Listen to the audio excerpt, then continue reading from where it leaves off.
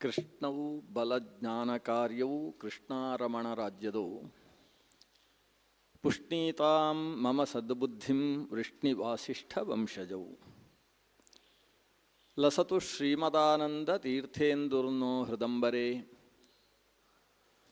ಯದ್ವಚಶ್ಚಂದ್ರಿಕಾ ಸ್ವಾಂತ ಸಂತಾಪಂ ವಿನಿಕೃಂತತಿ ಭವತಿ ಯದನುಭಾವಾತ್ ಏಡಮೂಕೋಪಿ ವಾಗ್ಮಿ ಜಡಮತಿರಪಿ ಜಂತುರ್ಜಾಯತೆ ಪ್ರಾಜ್ಞಮೌಲಿಃ ಸಕಲವಚನಚೇತೋ ದೇವತಾ ಭಾರತೀ ಸಾ ಮಮ ವಚಸಿ ನಿಧತ್ತಾಂ ಸನ್ನಿಧಿಂ ಮಾನಸೇ ಚ ಆಪಾದಮೌಲಿಪರ್ಯಂತಂ ಗುರುಣಾಂ ಆಕೃತಿಂ ಸ್ಮರೇತ್ ತೇನ ವಿಘ್ನಾಃ ಪ್ರಣಶ್ಯಂತಿ ಸಿದ್ಧ್ಯಂತಿ ಚ ಮನೋರಥಾಃ ತಪಸ್ವಾಧ್ಯಾಯ ಶುಶ್ರೂಷಾ ಕೃಷ್ಣಪೂಜಾರತಂ ಮುನಿಂ ವಿಶ್ವೇಶಮಿಷ್ಟದಂ ವಂದೇ ಪರಿವ್ರಾಟ್ ಚಕ್ರವರ್ತಿನಂ ಹರಶಂಭೋ ಮಹಾದೇವ ವಿಶ್ವೇಶಾಮರವಲ್ಲಭ ಶಿವಶಂಕರ ಸರ್ವಾತ್ಮನ್ ನೀಲಕಂಠ ನಮೋಸ್ತುತೆ ಅಭೀಪ್ಸಿತಾರ್ಥಸಿದ್ಧ್ಯರ್ಥಂ ಪೂಜಿತೋ ಯಸ್ಸುರೈರಪಿ ಸರ್ವವಿಘ್ನಚ್ಛಿದೇ ತಸ್ಮೈ ಗಣಾಧಿಪತಯೇ ನಮಃ ನಾರಾಯಣಂ ನಮಸ್ಕೃತ್ಯ ನರಂಚೈವ ನರೋತ್ತಮಂ ದೇವೀಂ ಸರಸ್ವತೀಂ ವ್ಯಾಸಂ ತತೋ ಜಯಮುದೀರಯೇತ್.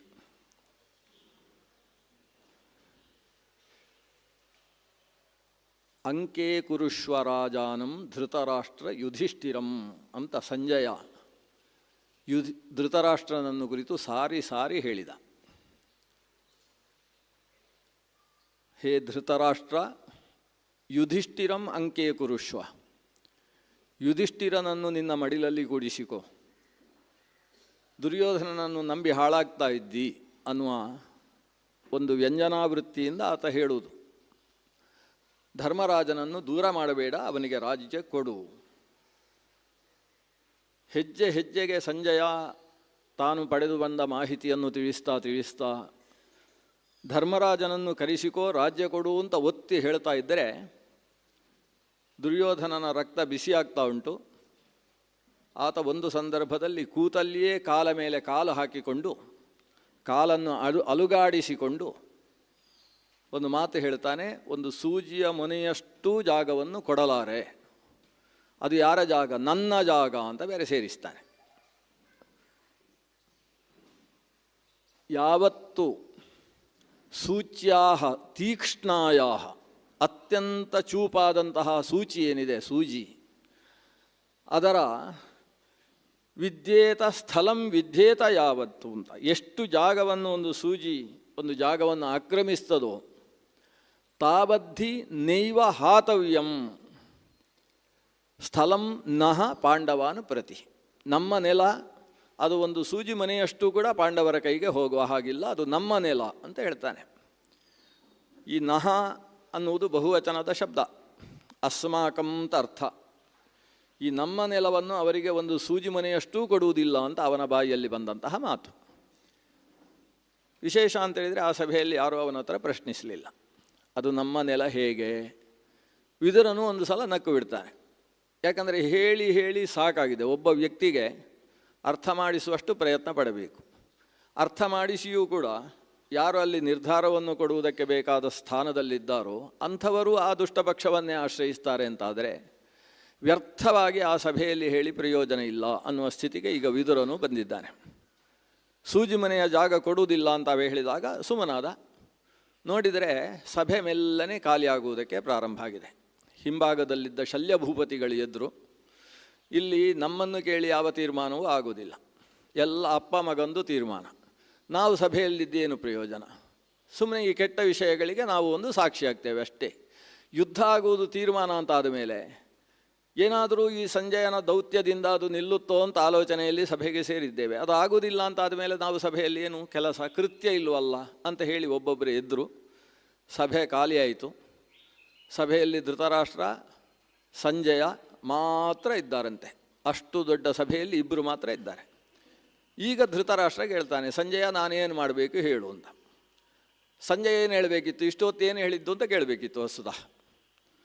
ಆದರೆ ಸಂಜಯ್ ಹೇಳ್ತಾನೆ, ನೀನು ಏನು ಮಾಡಬೇಕು ಅಂತ ನಾನು ಹೇಳ್ತೇನೆ, ಆದರೆ ನಿನಗೊಬ್ಬನಿಗೆ ಹೇಳಿ ಏನೂ ಪ್ರಯೋಜನ ಇಲ್ಲ. ಯಾಕಂದರೆ ನಿನ್ನ ಮಗ ಆ ಕಡೆ ಹೋದವ ವಾಪಸ್ ಬಂದು ಕೂತಿದ್ದಾನೆ ಇಲ್ಲಿ ದುರ್ಯೋಧನ.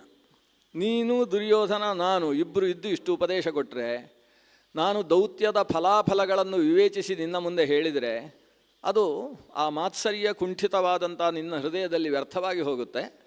ಅದಕ್ಕೋಸ್ಕರ ನಿನ್ನ ಅಪ್ಪನನ್ನು ಕರೆಸು, ನಿನ್ನ ಮನೆಯಾಕೆಯನ್ನು ಕರೆಸು, ಅವರ ಮುಂದೆ ಹೇಳ್ತೇನೆ ಅಂತ ಹೇಳ್ತಾನೆ. ಇಷ್ಟು ಹೇಳಿದ್ದೇ ತಡ ವೇದವ್ಯಾಸರು ಅಲ್ಲಿ ಪ್ರತ್ಯಕ್ಷರಾಗ್ತಾರೆ.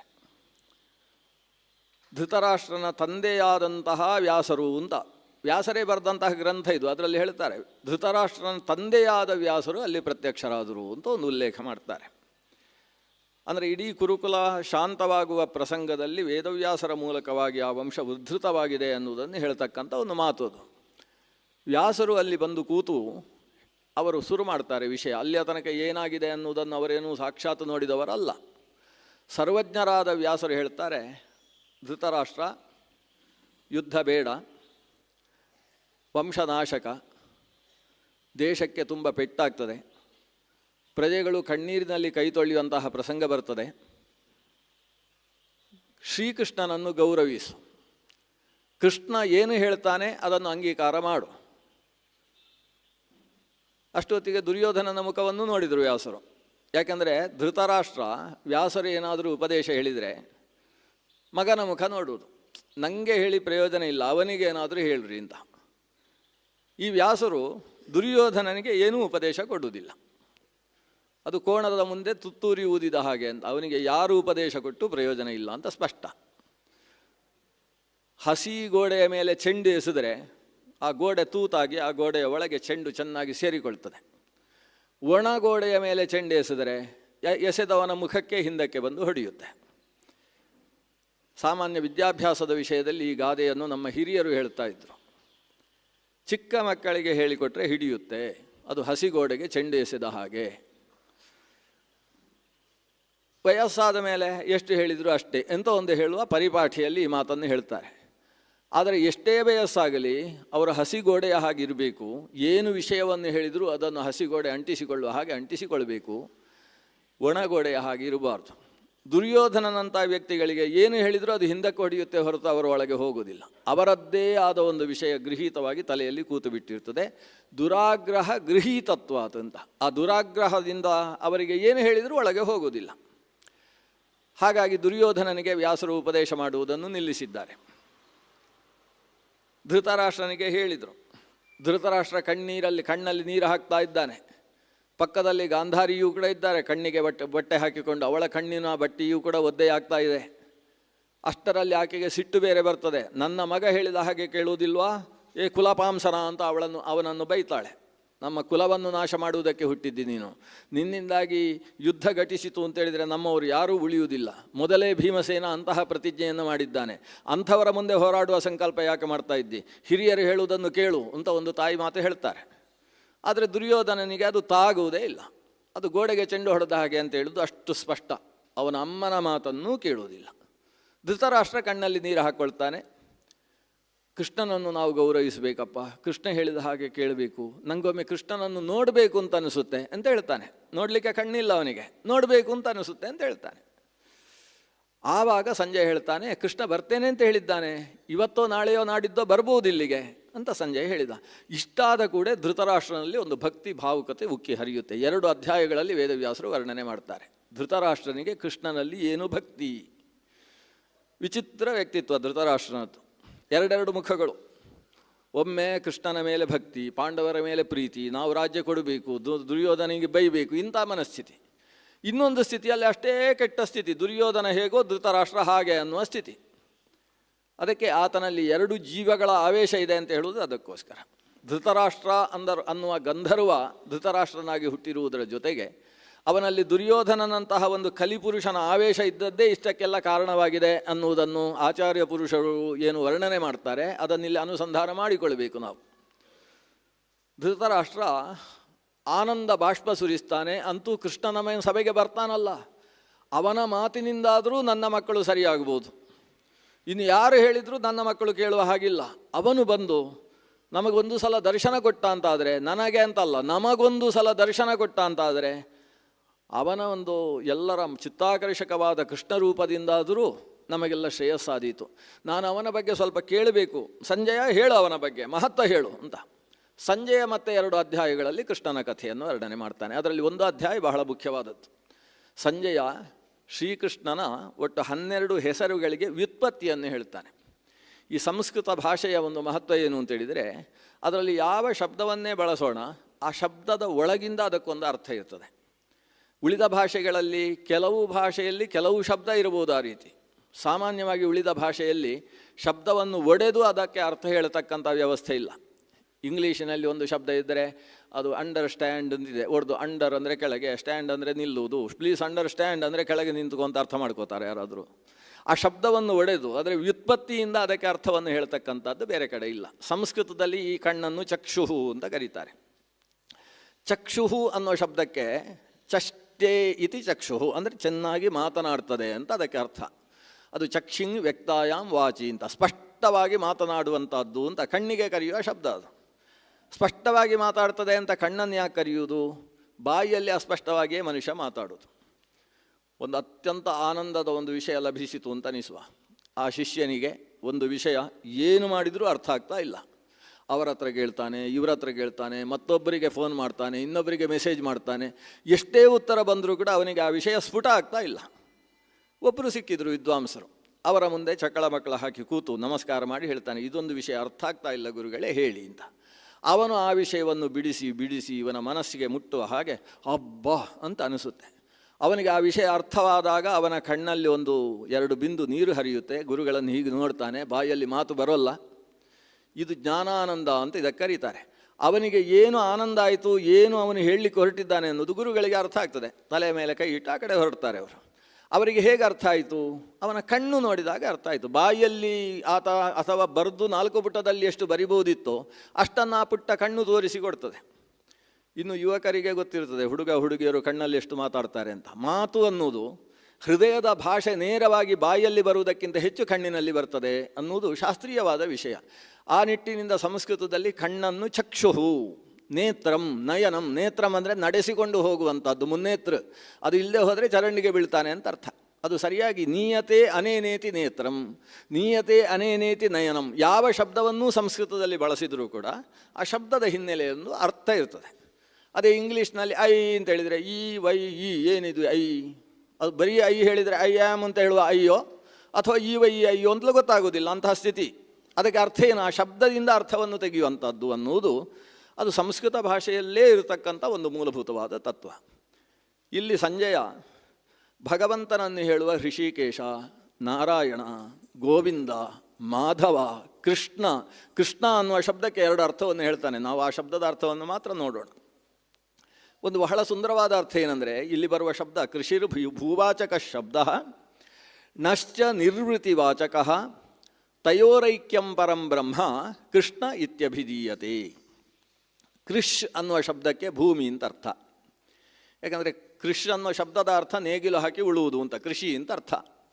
ಕೃಷ್ಯತೆ ಅಸ್ಯಾಂ ಇತಿ ಕೃಷಿ. ಕೃಷ್ ಅಂದರೆ ಎಲ್ಲಿ ಕೃಷಿ ಮಾಡ್ತೇವೋ ಅದಕ್ಕೆ ಕೃಷ್ ಅಂತ ಹೆಸರು.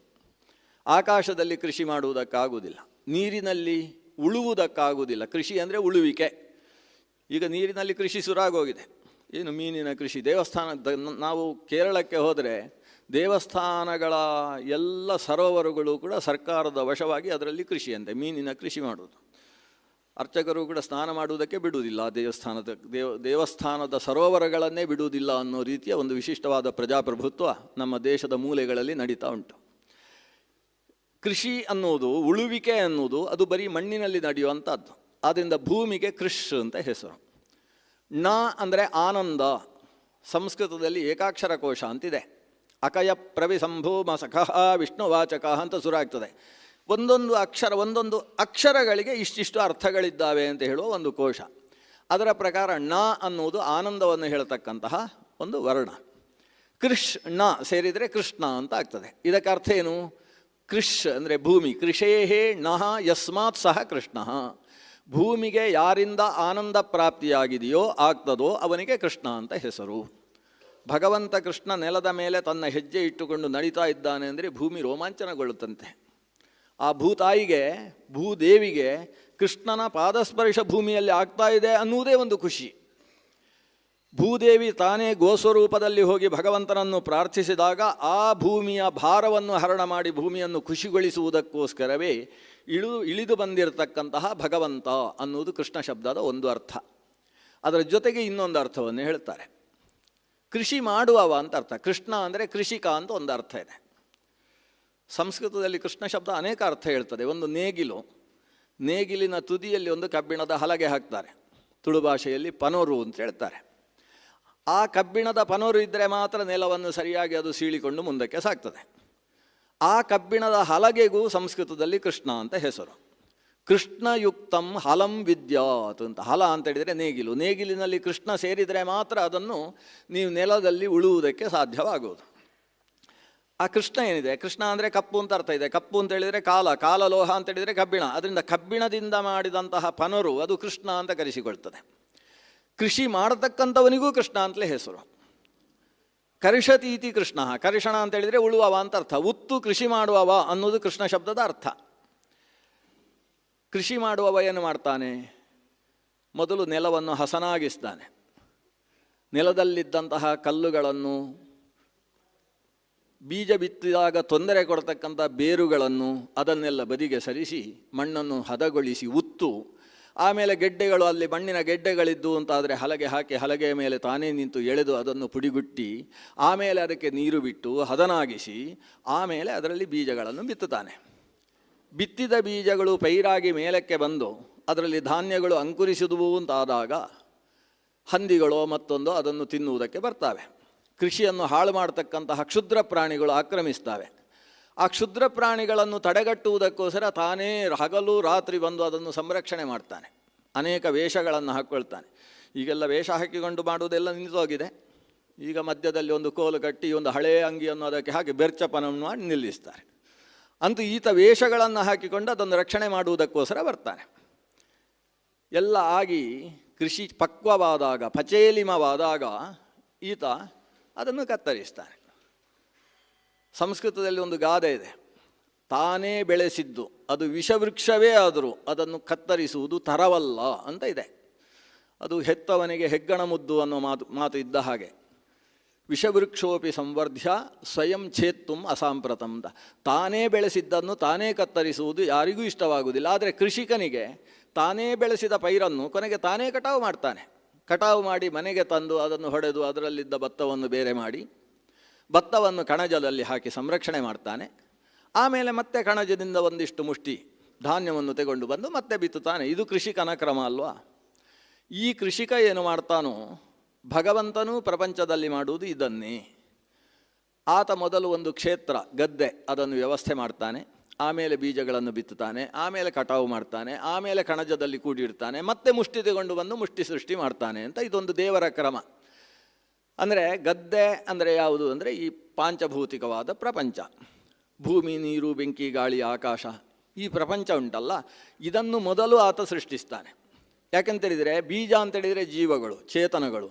ಚೇತನಗಳು ಬದುಕಬೇಕು ಅಂತಾದರೆ ಅವುಗಳಿಗೆ ಉಸಿರಾಡುವುದಕ್ಕೆ ಗಾಳಿ ಬೇಕು, ಓಡಾಡುವುದಕ್ಕೆ ನೆಲ ಬೇಕು, ಹಾರಾಡುವುದಕ್ಕೆ ಆಕಾಶ ಬೇಕು, ಕುಡಿಯುವುದಕ್ಕೆ ನೀರು ಬೇಕು, ಅಕ್ಕಿ ಬೇಯಿಸುವುದಕ್ಕೆ ಬೆಂಕಿ ಬೇಕು. ಈ ಪಂಚಭೂತಗಳಿಲ್ಲದೆ ಹೋದರೆ ಮನುಷ್ಯನಿಗೆ ಜೀವನ ಇಲ್ಲ. ಹೇಗೆ ಬೀಜ ಬಿತ್ತಬೇಕಾದರೆ ಮುಂಚೆ ನೆಲಕ್ಕೆ ನೀರು ಹಾಕಿ ಮಣ್ಣು ಹದಗೊಳಿಸಿ ಅದರಲ್ಲಿ ಗೊಬ್ಬರ ಹಾಕಿ ಆಮೇಲೆಯೇ ಬೀಜ ಬಿತ್ತಬೇಕು, ಹಾಗೆ ಈ ಚೇತನಗಳನ್ನು ಸೃಷ್ಟಿಸುವುದಕ್ಕೆ ಅಂತ ಮುಂಚೆ ಪಂಚಭೂತಗಳನ್ನು ತಸ್ಮಾದ್ವಾ ಏತಸ್ಮಾದ್ ಆತ್ಮನ ಆಕಾಶ ಸಂಭೂತಃ ಆಕಾಶಾದ್ ವಾಯು ವಾಯೋರಗ್ನಿ ಅಗ್ನೇರಾಪಃ ಅದ್ಭ್ಯ ಪೃಥಿವೀ ಪೃಥಿವ್ಯಾವೋಷಧಯ. ಮೊದಲು ಪಂಚಭೂತಗಳನ್ನು ಸೃಷ್ಟಿ ಮಾಡಿ ಒಂದು ಕ್ಷೇತ್ರವನ್ನು ಹಸನುಗೊಳಿಸಿ ಆ ಕ್ಷೇತ್ರದಲ್ಲಿ ಬೀಜ ಬಿತ್ತುವ ಕೆಲಸ ಭಗವಂತನದ್ದು. ಚೇತನಗಳ ಸೃಷ್ಟಿ, ಜೀವ ಸೃಷ್ಟಿ ಅಂದರೆ ಬೀಜ ಬಿತ್ತುವುದು. ಬಿತ್ತಿದ ಬೀಜ ಅದು ಹಾಗಲಕಾಯಿಯ ಬೀಜವೂ ಇರ್ಬೋದು, ಹಲಸಿನ ಗೊರಟೆಗಳೂ ಇರ್ಬೋದು, ಇಲ್ಲ ಭತ್ತವೋ ಗೋಧಿಯೋ ಇರ್ಬೋದು. ಬಿತ್ತಿದ್ದಾನೆ. ಅವುಗಳ ಸ್ವಭಾವ ಏನಿದೆ ಅದಕ್ಕೆ ಅನುಗುಣವಾಗಿ ಬೀಜಗಳು ಬೆಳೀತವೆ. ಯಾವತ್ತೂ ಹಾಗಲಕಾಯಿಯ ಬೀಜದಿಂದ ಕುಂಬಳಕಾಯಿಯ ಬಳ್ಳಿ ಬರುವುದಿಲ್ಲ. ಅದರ ಸ್ವಭಾವಕ್ಕೆ ಅನುಗುಣವಾಗಿ ಅದರಲ್ಲಿ ಕಹಿಯಾದದ್ದೇ ಬರ್ತದೆ, ಇದರಲ್ಲಿ ಸಿಹಿಯಾದದ್ದೇ ಬರ್ತದೆ, ಇದರಲ್ಲಿ ಸಿಹಿಯೂ ಅಲ್ಲದ ಕಹಿಯೂ ಅಲ್ಲದ ಮಧ್ಯದ ಸಾತ್ವಿಕ ರಾಜಸ ತಾಮಸ ಅನ್ನುವ ಆಯಾಯ ಬೀಜ ಸ್ವಭಾವಗಳು ಏನುಂಟು ಅದಕ್ಕೆ ಅನುಗುಣವಾಗಿ ಅಲ್ಲಿಂದ ಬೀಜಗಳು ಬೆಳೀತವೆ. ಬೆಳೆದು ಅದು ಪಕ್ವವಾದಾಗ ಪಕ್ವವಾಗುವುದು ಅಂದರೆ ಅದು ಅದರ ಸಾಧನೆ ಮಾಡುವುದು, ಅದರ ಫಲವನ್ನು ಅಭಿವ್ಯಕ್ತಗೊಳಿಸುವುದು. ಅವುಗಳ ಸಾಧನೆ ಪಕ್ವವಾಯಿತು ಅಂದರೆ ದೇವರು ಯೋಚಿಸುವುದಿಲ್ಲ, ನಾನೇ ಬೆಳೆಸಿದ್ದು ಹೇಗೆ ಕತ್ತರಿಸುವುದು ಅಂತ ಯೋಚಿಸುವುದಿಲ್ಲ. ಅದು ಪಕ್ವವಾಗುವ ಸ್ಥಿತಿಯಲ್ಲಿ ಅದಕ್ಕೆ ತೊಂದರೆ ಬಂದರೆ, ಒಳ್ಳೆಯವರಿಗೆ ಕೆಟ್ಟವರಿಂದ ತೊಂದರೆ ಬರ್ತಾ ಇದೆ ಅಂತಾದರೆ ಆವಾಗ ತಾನು ವೇಷ ಹಾಕಿಕೊಂಡು ರಕ್ಷಣೆ ಮಾಡುವುದಕ್ಕೆ ಬರ್ತಾನೆ. ಮತ್ಸ್ಯನಾಗಿಯೋ, ಕೂರ್ಮನಾಗಿಯೋ, ವರಾಹನಾಗಿಯೋ, ನರಸಿಂಹನಾಗಿಯೋ, ವಾಮನ, ಪರಶುರಾಮ, ರಾಮ, ಕೃಷ್ಣ, ಬುದ್ಧ, ಕಲ್ಕಿ, ಯಾವುದೋ ರೂಪ, ಒಟ್ಟು ರೂಪವನ್ನು ಹೊತ್ತು. ಇವಾಗ ಕೃಷಿಗೆ ಹೇಗೆ ಮುಂಡಾಸ ಹಾಕಿಕೊಂಡು ಮುಂಡಾಸಿಗೆ ಕೆಲವು ಸಲ ತೆಂಗಿನ ಸಿಪ್ಪೆಯನ್ನಷ್ಟೇ ಒಣಗಿಸಿ ಅದನ್ನು ಕರಿ ಮಾಡಿ ಅದನ್ನು ಕಟ್ಟಿ ಒಂದು ಸತ್ತ ಕಾಗೆಯನ್ನು ಕಟ್ಟಿದ್ದೇನೆ ಅಂತ ಕಾಗೆಗಳು ಹೆದರಿ ಓಡುವ ಹಾಗೆ ಏನೇನೋ ರೂಪಗಳನ್ನು ಮಾಡ್ತಾನಲ್ಲ, ಅದೇ ರೀತಿ ಈ ದೇವರು ನಾನಾ ವೇಷಗಳನ್ನು ಹೊತ್ತು ಲೋಕದ ಸಂರಕ್ಷಣೆಗೋಸ್ಕರ ತಾನು ಇಳಿದು ಬರ್ತಾನೆ. ಇಷ್ಟು ಮಾಡಿ ಕೊನೆಗೆ ತಾನೇ ಕತ್ತರಿಸ್ತಾನೆ. ಜನ್ಮಾದಿ ಅಸ್ಯ ಯತಃ, ಜನ್ಮ ಮಾತ್ರ ಅಲ್ಲ, ಕೊನೆಗೆ ಸಂಹಾರವನ್ನು ಆತನೇ ಮಾಡ್ತಾನೆ. ಸಂಹಾರ ಮಾಡಿ ಆ ಚೇತನಗಳಲ್ಲಿ ಇದು ಇನ್ನೂ ಬೆಳಿಬೇಕು ಅಂತಾದರೆ ಅದನ್ನು ಮತ್ತೆ ತಂದು ಮತ್ತೆ ಬಿತ್ತುವುದಕ್ಕೆ ಪ್ರಾರಂಭ ಮಾಡ್ತಾನೆ. ಮತ್ತೆ ಸೃಷ್ಟಿ, ಪುನರಪಿ ಜನನಂ, ಸೃಷ್ಟಿ ಆದ ಮೇಲೆ ಮತ್ತೆ ಸ್ಥಿತಿ, ಸ್ಥಿತಿ ಆದ ಮೇಲೆ ಲಯ, ಲಯ ಆದ ಮೇಲೆ ಮತ್ತೆ ಸೃಷ್ಟಿ. ಈ ಸೃಷ್ಟಿ ಸ್ಥಿತಿ ಲಯ ಊರ್ಧ್ವಮೂಲ ಮಧಶಾಕಂ ಅಶ್ವತ್ಥಂ ಪ್ರಾಹು ಅವ್ಯಯಂ ಅಂತ. ಅವ್ಯಯ ನಿರಂತರವಾಗಿ ಸೃಷ್ಟಿಸ್ಥಿತಿ ಲಯಗಳ ಚಕ್ರಗಳನ್ನು ನಿರ್ವಹಣೆ ಮಾಡತಕ್ಕಂತಹ ಭಗವಂತ ದೊಡ್ಡ ಕೃಷಿಕ. ಚಿಕ್ಕ ಚಿಕ್ಕ ಕೃಷಿಕರನ್ನು ಕೃಷ್ಣ ಅಂತ ಕರೆಯೋಕ್ಕಿಲ್ಲ. ಇವತ್ತು ದೊಡ್ಡ ಕೃಷ್ಣ ಆದ್ದರಿಂದ ಅವನನ್ನು ಬಾಲಕೃಷ್ಣ ಅಂತ ಕರೆಯೋದು. ದೊಡ್ಡವರನ್ನು ಬಾಲ ಅಂತ ಕರೆದ್ರೆ ತುಂಬ ಚೆನ್ನಾಗಿರ್ತದೆ, ಅವ್ರಿಗೆ ಖುಷಿಯಾಗ್ತದೆ. ಹಾಗೆ ಈ ಕೃಷ್ಣ ಅವ ಬಾಲಕೃಷ್ಣ ಅಂದರೆ ಪ್ರಪಂಚದ ಅದ್ಭುತವಾದ ಕೃಷಿಯನ್ನು ನಿರ್ವಹಿಸುವವ, ಇದು ಅರ್ಥ. ಹೀಗೆಲ್ಲ ಅರ್ಥಗಳುಂಟು ಕೃಷ್ಣನದ್ದು ಅಂತ ಹೇಳ್ತಾ ಹೋದ ಹಾಗೆ ಧೃತರಾಷ್ಟ್ರನಿಗೆ ಇನ್ನಷ್ಟು ಭಕ್ತಿ ಉಕ್ಕುತ್ತೆ. ಯಾವಾಗ ಬರ್ತಾನೆ ಕೃಷ್ಣ? ಕೃಷ್ಣನನ್ನು ನಾನು ಕಾಣಬೇಕು. ಸಂಜೆ ಹೇಳ್ತಾನೆ ಅವನನ್ನು ಕಾಣುವುದಕ್ಕೆ ಆದಷ್ಟು ಬೇಗ ಬರ್ತಾನೆ. ಧೃತರಾಷ್ಟ್ರನಿಗೆ ಕೃಷ್ಣನನ್ನು ಕಾಣಬೇಕು ಅನ್ನೋ ಆಸೆಯ ಹಿನ್ನೆಲೆ ಏನು? ಮತ್ತೆ ಮತ್ತೆ ಹೇಳ್ತಾನೆ ಕೃಷ್ಣನನ್ನು ನಾನು ಕಾಣಬೇಕು ಅಂತಾನೆ. ಕದಾ ದ್ರಕ್ಷ್ಯಾಮಿ ಕೇಶವಂ, ಯಾವಾಗ ನಾನು ಕೃಷ್ಣನನ್ನು ನೋಡುವುದು? ಕೃಷ್ಣನನ್ನು ಇವನು ನೋಡುವುದು ಅಂತೇಳಿದರೆ ನನ್ನ ದುರ್ಯೋಧನಾದಿಗಳು ಒಂದು ಸಲ ಕೃಷ್ಣನನ್ನು ನೋಡಬೇಕು, ನೋಡಿ ಏನಾದರೂ ಬದಲಾವಣೆ ಆದರೆ ನನ್ನ ಅದೃಷ್ಟ ಅನ್ನೋ ಭಾವ ಇದ್ದ ಹಾಗೆ ಒಂದು ಸಾತ್ವಿಕವಾದ ಭಾವದಿಂದ ಆತ ಕೇಳ್ತಾನೆ. ಕೃಷ್ಣನ ಬಗ್ಗೆ ಒಂದಷ್ಟು ಶ್ಲೋಕಗಳನ್ನು ಹೇಳ್ತಾನೆ. ಪುರಾಣ ಪುರುಷ ಆತ, ಶಂಖಚಕ್ರ ಗದಾಧರನಾಗಿಯೇ ತಾನು ಕಾಣಿಸಿಕೊಂಡವನಂತೆ. ಆತ ಎಲ್ಲವನ್ನೂ ಕೂಡ ನುಂಗತಕ್ಕಂಥವ, ಎಲ್ಲವನ್ನೂ ಸೃಷ್ಟಿಸತಕ್ಕಂಥವ. ಕಾಡ್ಗಿಚ್ಚನ್ನೂ ಕೂಡ ನುಂಗಿದ್ದಾನಂತೆ, ಸರ್ಪಗಳ ಮೇಲೆಯೂ ಕುಣಿದಾಡಿದ್ದಾನಂತೆ. ಆ ಸಾಕ್ಷಾತ್ ನಾರಾಯಣನೇ ಕೃಷ್ಣ ಇದ್ದಾನೆ ಅಂತ ಧೃತರಾಷ್ಟ್ರನ ಬಾಯಿಯಲ್ಲಿ ವೇದಾಂತದ ಮಾತುಗಳು ಬಂದು. ಇಷ್ಟೆಲ್ಲ ಆಗ್ತಾ ಇರುವಾಗ ವೇದವ್ಯಾಸರು ಸರಿ ನೀವು ನಿಮಗೆ ತೋಚಿದ ಹಾಗೆ ಮಾಡಿ ಅಂತ ಹೇಳಿ ಅದೃಶ್ಯರಾದರು. ಇಷ್ಟಕ್ಕೆ ಒಂದು ಪರ್ವ ಮುಗಿಯಿತು. ಇದಕ್ಕೆ ವ್ಯಾಸಾಗಮನ ಪರ್ವ ಅಂತ ಹೆಸರು. ಇದರಲ್ಲಿ ವ್ಯಾಸರು ಒಂದು ಕ್ಷಣ ಬರ್ತಾರೆ, ಬಂದು ಧೃತರಾಷ್ಟ್ರನಿಗೆ 4 ಬುದ್ಧಿಯ ಮಾತು ಹೇಳ್ತಾರೆ, ಕೊನೆಗೆ ಅದೃಶ್ಯರಾಗ್ತಾರೆ. ಅಲ್ಲಿಗೆ ವ್ಯಾಸಾಗಮನ ಪರ್ವ, ವ್ಯಾಸಾಭಿಗಮನ ಪರ್ವ ಅನ್ನೋದು ಮುಗಿಯಿತು. ಇನ್ನು ಭಗವದ್ಯಾನ ಪರ್ವ ಅಂತ ಕರೆಸಿಕೊಳ್ಳತಕ್ಕಂತಹ ಉದ್ಯೋಗ ಪರ್ವದ ಒಂದು ರಸಘಟ್ಟ. ಈಗ ಒಂದು ಹಂತಕ್ಕೆ ನಾವು ಬಂದಿದ್ದೇವೆ. ಮಹಾಭಾರತದಲ್ಲಿ ಒಂದು ನಿರ್ಣಾಯಕ ಹಂತ ಇದು. ಯಾಕಂದರೆ ಯುದ್ಧ ಆಗಬೇಕೋ ಬೇಡೋ ಅಂತ ಈಗ ತೀರ್ಮಾನ ಆಗಬೇಕು. ಮಹಾಭಾರತ ಅಂದರೆ ಇತಿಹಾಸದಲ್ಲಿ ಘಟಿಸಿ ಹೋದ ಒಂದು ಭಾಗ, ಒಂದು ಘಟನೆ ಇಷ್ಟೇ ಅಂದುಕೊಳ್ಳುವುದಲ್ಲ. ಮಹಾಭಾರತದಲ್ಲಿ ನಾವು ಒಂದಾಗಿ ಬಿಡಬೇಕು, ನಮ್ಮದೇ ಘಟನೆಗಳದು. ಯುದ್ಧ ಬೇಕೋ ಬೇಡೋ? ಕೌರವರು ಪಾಂಡವರು ಒಳಗೇ ಇದ್ದಾರೆ. ಕೌರವ ಅಂದರೆ ಕಪ್ಪಗಿರುವವರು ಅಂತ ಅರ್ಥ, ಶಬ್ದದ ಅರ್ಥ. ಕುರು ಅಂದರೆ ಕಪ್ಪು, ಪಾಂಡು ಅಂದರೆ ಬಿಳಿ, ಪಾಂಡವರು ಅಂದರೆ ಬೆಳ್ಳಗಿರುವವರು ಅಂತ ಅರ್ಥ. ನಮ್ಮಲ್ಲಿ ಸ್ವಚ್ಛವಾದ ಸತ್ವಗುಣವೂ ಒಳಗಿದೆ. ತಾಮಸಿ ಅಂತ ಕರೆಸಿಕೊಂಡಂತಹ ತಮಸ್ಸು ಕೂಡ ಒಳಗಿದೆ. ಈ ಎರಡರಲ್ಲೂ ಕೂಡ ಯುದ್ಧ ಬೇಕೋ ಬೇಡೋ ಈಗ ಸದ್ಯಕ್ಕೆ? ಯಾಕಂದರೆ ಯುದ್ಧವಾಯಿತು ಅಂತೇಳಿದರೆ ತುಂಬ ನಿತ್ರಾಣ ಆಗಿ ಹೋಗ್ತದೆ. ನಮ್ಮ ಒಳಗೆ ವೈರಸ್ಗಳಿಗೆ ಮತ್ತು ರೋಗ ನಿರೋಧಕ ಕಣಗಳಿಗೆ ಎರಡಕ್ಕೆ ಯುದ್ಧ ಆಯಿತು ಅಂದರೆ ಜ್ವರ ಬರ್ತದಲ್ವ. ಯುದ್ಧವಾದರೆ ಮೈ ಬಿಸಿ ಆಗ್ತದೆ. ಮೈ ಬಿಸಿ ಆಯಿತು, ಜ್ವರ ಬಂತು ಅಂತೇಳಿದರೆ ಆಮೇಲೆ ತುಂಬ ನಿತ್ರಾಣ ಆಗ್ತದೆ. ಯಾವ ಯುದ್ಧವೂ ಕೂಡ ಒಳ್ಳೆದ್ದರಲ್ಲಿ ಮುಗಿದದ್ದು ಅಂತ ಇತಿಹಾಸದಲ್ಲಿದ್ದ. ರಾಮಾಯಣದ ಒಂದು ರಾವಣನ ಯುದ್ಧ, ಅದು ಯಾಕೆ ಒಳ್ಳೆಯದರಲ್ಲಿ ಮುಗಿಯಿತು ಅಂತೇಳಿದರೆ ಆ ಯುದ್ಧ ನಡೆಯುವ ಜಾಗದಲ್ಲಿದ್ದವರೆಲ್ಲ ಕೆಟ್ಟವರು. ಕೆಟ್ಟವರಿದ್ದ ಜಾಗಕ್ಕೆ ಹೋಗಿ ಹೊಡೆದು ಬಂದದ್ರಿಂದ ಯುದ್ಧ ಚೆನ್ನಾಗೇ ಆಯಿತು. ಎಲ್ಲರೂ ಇದ್ದ ಜಾಗದಲ್ಲಿ ಭಾರತ ಖಂಡದ ಒಳಗೇ ಯುದ್ಧ ನಡೆಯಿತು ಅಂತೇಳಿದರೆ ಆ ಯುದ್ಧದಲ್ಲಿ ಯಾವ ಇತಿಹಾಸದ ಯುದ್ಧ ಒಳ್ಳೆಯದ್ದು ಮಾಡಿದೆ ಅಂತ ನಾವು ನೋಡಬೇಕು, ಇತಿಹಾಸದ ಅಧ್ಯಯನ ಮಾಡಿ. ಅಶೋಕ ಕಳಿಂಗದ ಮೇಲೆ ಮಾಡಿದ ಯುದ್ಧ ಇತಿಹಾಸದಲ್ಲಿ ಬಹಳ ಪ್ರಸಿದ್ಧವಾದದ್ದು. ಯಾಕಂದರೆ ಆ ಕಾಲದಲ್ಲಿ ಚೀನಾದಿಂದ ಬಂದಂತಹ 7-8 ಜನ ಯಾತ್ರಿಗಳು ಕಣ್ಣಾರೆ ಯುದ್ಧವನ್ನು ನೋಡಿದ್ದಾರೆ, ನೋಡಿ ಅಷ್ಟು ಚೆನ್ನಾಗಿ ಬರೆದಿಟ್ಟಿದ್ದಾರೆ. ಆ ಯುದ್ಧದಿಂದ ಆದ ಅನಾಹುತಗಳನ್ನು ನಾವು ನೋಡ್ತಾ ಹೋದರೆ ನಮ್ಮ ಕಣ್ಣಲ್ಲಿ ಇವತ್ತಿಗೂ ನೀರು ಬರುತ್ತೆ. ಹೀಗೆಲ್ಲ ಆಗಿ ಹೋಯ್ತಲ್ಲ ಆ ಕಾಲದಲ್ಲಿ, ಕಳಿಂಗ ದೇಶದಲ್ಲಿ ಇಂಥೊಂದು ದುರ್ಘಟನೆ ನಡೆದು ಹೋಯ್ತಲ್ಲ. ಅಂದರೆ ಇತಿಹಾಸದ ಯುದ್ಧ ಎಲ್ಲಿ ನೋಡಿದರೂ ಕೂಡ ನಮ್ಮ ಮನಸ್ಸು ಆರ್ದ್ರವಾಗಿ ಬಿಡ್ತದೆ. ಆಮೇಲೆ ಮಹಮ್ಮದ್ ಘಜ್ನಿ, ಮಲ್ಲಿಕಾಫರ ಮೊದಲಾದ ಮಹಾಶಯರೆಲ್ಲ ಪರದೇಶದಿಂದ ಬಂದು ಈ ದೇಶದಲ್ಲಿ ಹೋರಾಡಿದರು. ಇಲ್ಲ ಸಲ್ಲದ ಅನೇಕ ಅನರ್ಥಗಳನ್ನು ಮಾಡಿ ಹೋದರು. ಆ ಕಾಲದಲ್ಲಿ ಘಟಿಸಿದ ಧಾರ್ಮಿಕ ಹಿಂಸೆಗಳನ್ನು ಗಮನಿಸಿದರೆ ಇನ್ನಷ್ಟು ನಮ್ಮ ಮನಸ್ಸು ಅಲ್ಲೋಲ ಕಲ್ಲೋಲವಾಗ್ತದೆ. ಆಮೇಲೆ ಬಂದಂತಹ ಪೋರ್ಚುಗೀಸರಿರ್ಬೋದು, ಬ್ರಿಟಿಷರು, ಈ ದೇಶದಲ್ಲಿ ಏನೇನು ನಡೆದಿದೆ, ಔರಂಗಜೇಬನ ಕಾಲದಲ್ಲಿರ್ಬೋದು, ಶಿವಾಜಿ ಮಹಾಶಯನ ಕಾಲದಲ್ಲಿ ಅಷ್ಟು ಯುದ್ಧಗಳು ನಡೆದಿದ್ದರೂ ಕೂಡ ಪ್ರತಿಯೊಂದು ಯುದ್ಧವೂ ಕೂಡ ಈ ಕಡೆಯಲ್ಲಿ ಅನೇಕ ನಷ್ಟಗಳು, ಆ ಕಡೆಯಲ್ಲೂ ಅನೇಕ ನಷ್ಟಗಳು. ಇದು ಘಟಿಸದೇ ಹೋದರೆ ಎಷ್ಟೋ ಒಳ್ಳೆಯದು ಅಂತ ಇವತ್ತು ಇತಿಹಾಸವನ್ನು ಓದಿದವರು ಯಾರೂ ಕೂಡ ಯುದ್ಧವನ್ನು ಪ್ರಶಂಸಿಸುವುದಿಲ್ಲ. ಇವತ್ತು ಯುಕ್ರೇನ್ನಲ್ಲಿರ್ಬೋದು, ಆ ಕಡೆ ಇನ್ನೊಂದು ಹಮಾಸ್ ಇರ್ಬೋದು, ಯಾವ ಯುದ್ಧವನ್ನೇ ನಾವು ಯೋಚಿಸಿದರೂ ಕೂಡ ಆಗ್ತಾ ಇರುವ ಅನರ್ಥವನ್ನು ನೋಡಿದರೆ ಕೆಲವು ಸಲ ಹಾಗೇ ಆಗಬೇಕು ಅವರಿಗೆ ಅಂತ ನಮಗೆ ಅನಿಸ್ಬೋದು. ಆದರೆ ಅದನ್ನು ಪ್ರತ್ಯಕ್ಷ ದರ್ಶನ ಮಾಡಿದರೆ ಅಂಥದ್ದು ಎಲ್ಲೂ ಘಟಿಸಬಾರದು ಅಂತ ಶತ್ರುಗಳು ಕೂಡ ಬೇಡ ಯುದ್ಧ ಅಂತ ಹೇಳ್ತಾರೆ. ಅದು ಒಂದು ಕಡೆಯಲ್ಲಿ ಘಟಿಸಿದ ಯುದ್ಧ ಇಡೀ ಪ್ರಪಂಚದ ಪ್ರತಿಯೊಬ್ಬ ಶಿಷ್ಟನಿಗೂ ಪ್ರತಿಯೊಬ್ಬ ದುಷ್ಟನಿಗೂ ಅನಾಹುತವನ್ನು ಉಂಟು ಮಾಡಿಬಿಡ್ತದೆ. ಆದ್ದರಿಂದ ಯುದ್ಧವನ್ನು ಯಾವ ಇತಿಹಾಸ ತಜ್ಞನೂ ಕೂಡ ಅಂಗೀಕರಿಸುವುದಿಲ್ಲ. ಈಗ ಇಲ್ಲಿ ನಡೆಯುವ ಯುದ್ಧ ಏನಿದೆ, ಕುರುಕ್ಷೇತ್ರದಲ್ಲಿ ಒಂದು ತೀರ್ಮಾನ ಆಗ್ತಾ ಇರುವ ಘಟ್ಟದಲ್ಲಿದೆ. ಈ ಯುದ್ಧವನ್ನು ಒಪ್ಪಿಕೊಳ್ಳುವುದೋ ಬಿಡುವುದೋ ಅನ್ನುವುದು ಪ್ರಮುಖವಾಗಿ ಇರತಕ್ಕಂಥದ್ದು ದುರ್ಯೋಧನನಿಗೆ ಮತ್ತು ಧರ್ಮರಾಜನಿಗೆ ಸಂಬಂಧಪಟ್ಟದ್ದು. ಧರ್ಮರಾಜ ಎಷ್ಟು ಸಾಧ್ಯ ಅಷ್ಟು ಯುದ್ಧವನ್ನು ನಿಲ್ಲಿಸುವುದಕ್ಕೆ ಪ್ರಯತ್ನ ಪಡ್ತಾ ಇದ್ದಾನೆ. ನಿಜವಾಗಿ ಯುದ್ಧವು ಬೇಕೇ ಬೇಕು ಅಂತ ಹೇಳಬೇಕಿದ್ದವ ಧರ್ಮರಾಜ.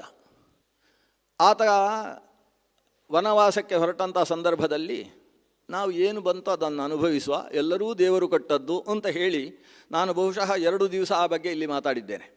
ದೈವ ಶ್ರೇಷ್ಠವೋ ಪ್ರಯತ್ನ ಶ್ರೇಷ್ಠವೋ ಅಂತ ದೈವ ಪೌರುಷಗಳ ಗಲಾಟೆ ಒಂದು ನಡೆದಿತ್ತು. ಭೀಮಸೇನ ಮತ್ತು ದ್ರೌಪದಿ ದೇವಿ ದೈವ ಅನ್ನುವುದು ಅದು ಕೈಲಾಗದವರ ಮಾತು, ಅದೃಷ್ಟವೇ ನಡೆಸ್ತದೆ, ದೇವರು ಇಟ್ಟ ಹಾಗೆ ಆಗ್ತದೆ ಅಂತ ಹೇಳ್ತಕ್ಕಂಥದ್ದು ಅದು ಪೌರುಷಹೀನನಾದಂತಹ ನಪುಂಸಕನು ಹೇಳ್ತಕ್ಕಂತಹ ಮಾತು. ನಿಜವಾಗಿ ನಮ್ಮ ಪ್ರಯತ್ನ ಮಾಡಬೇಕು. ಪ್ರಯತ್ನಮೇಕಮಗ್ರತೋ ವಿಧಾಯ ಭೂತಿ ಮಾಪುನುಮಃ. ಆ ಮೊದಲು ಪ್ರಯತ್ನಕ್ಕೆ ಜಿಗಿದು ಬಿಡಬೇಕು. ನಾವು ಏನೂ ಮಾಡದೆ ದೇವರು ಕೊಡಲಿ ಅಂತೇಳಿದರೆ ಏನು ಸಿಗ್ತದೆ? ನಾವು ಪ್ರಯತ್ನ ಮಾಡ್ತಾ ನಮ್ಮದ್ದಾದ ಸಮಗ್ರ ಶಕ್ತಿಯನ್ನು ವಿನಿಯೋಗಿಸ್ತಾ ಹೋದಾಗ ಆ ಕೆಲಸ ಆಯಿತು ಅಂದರೆ ಆಗ ದೇವರ ಅನುಗ್ರಹ ಇದೆ ಅಂತ ಅರ್ಥ. ದೇವರ ಅನುಗ್ರಹ ನಮ್ಮ ಪ್ರಯತ್ನ ಸಾಗ್ತಾ ಹೋದ ಹಾಗೆ ಫಲ ಸಿಕ್ಕಿದರೆ ಊಹಿಸಲ್ಪಡಬೇಕೇ ಹೊರತು ಮಹಾಪ್ರಯತ್ನ ವರ್ಜಿತಾ ಮಹಾನುಭಾವ ವರ್ಜಿತಾ ನ ಸ್ವೀಕುರ್ಯು ಉನ್ನತಿಂ ನ ಪ್ರಾಪುರುನ್ನತಿಂ.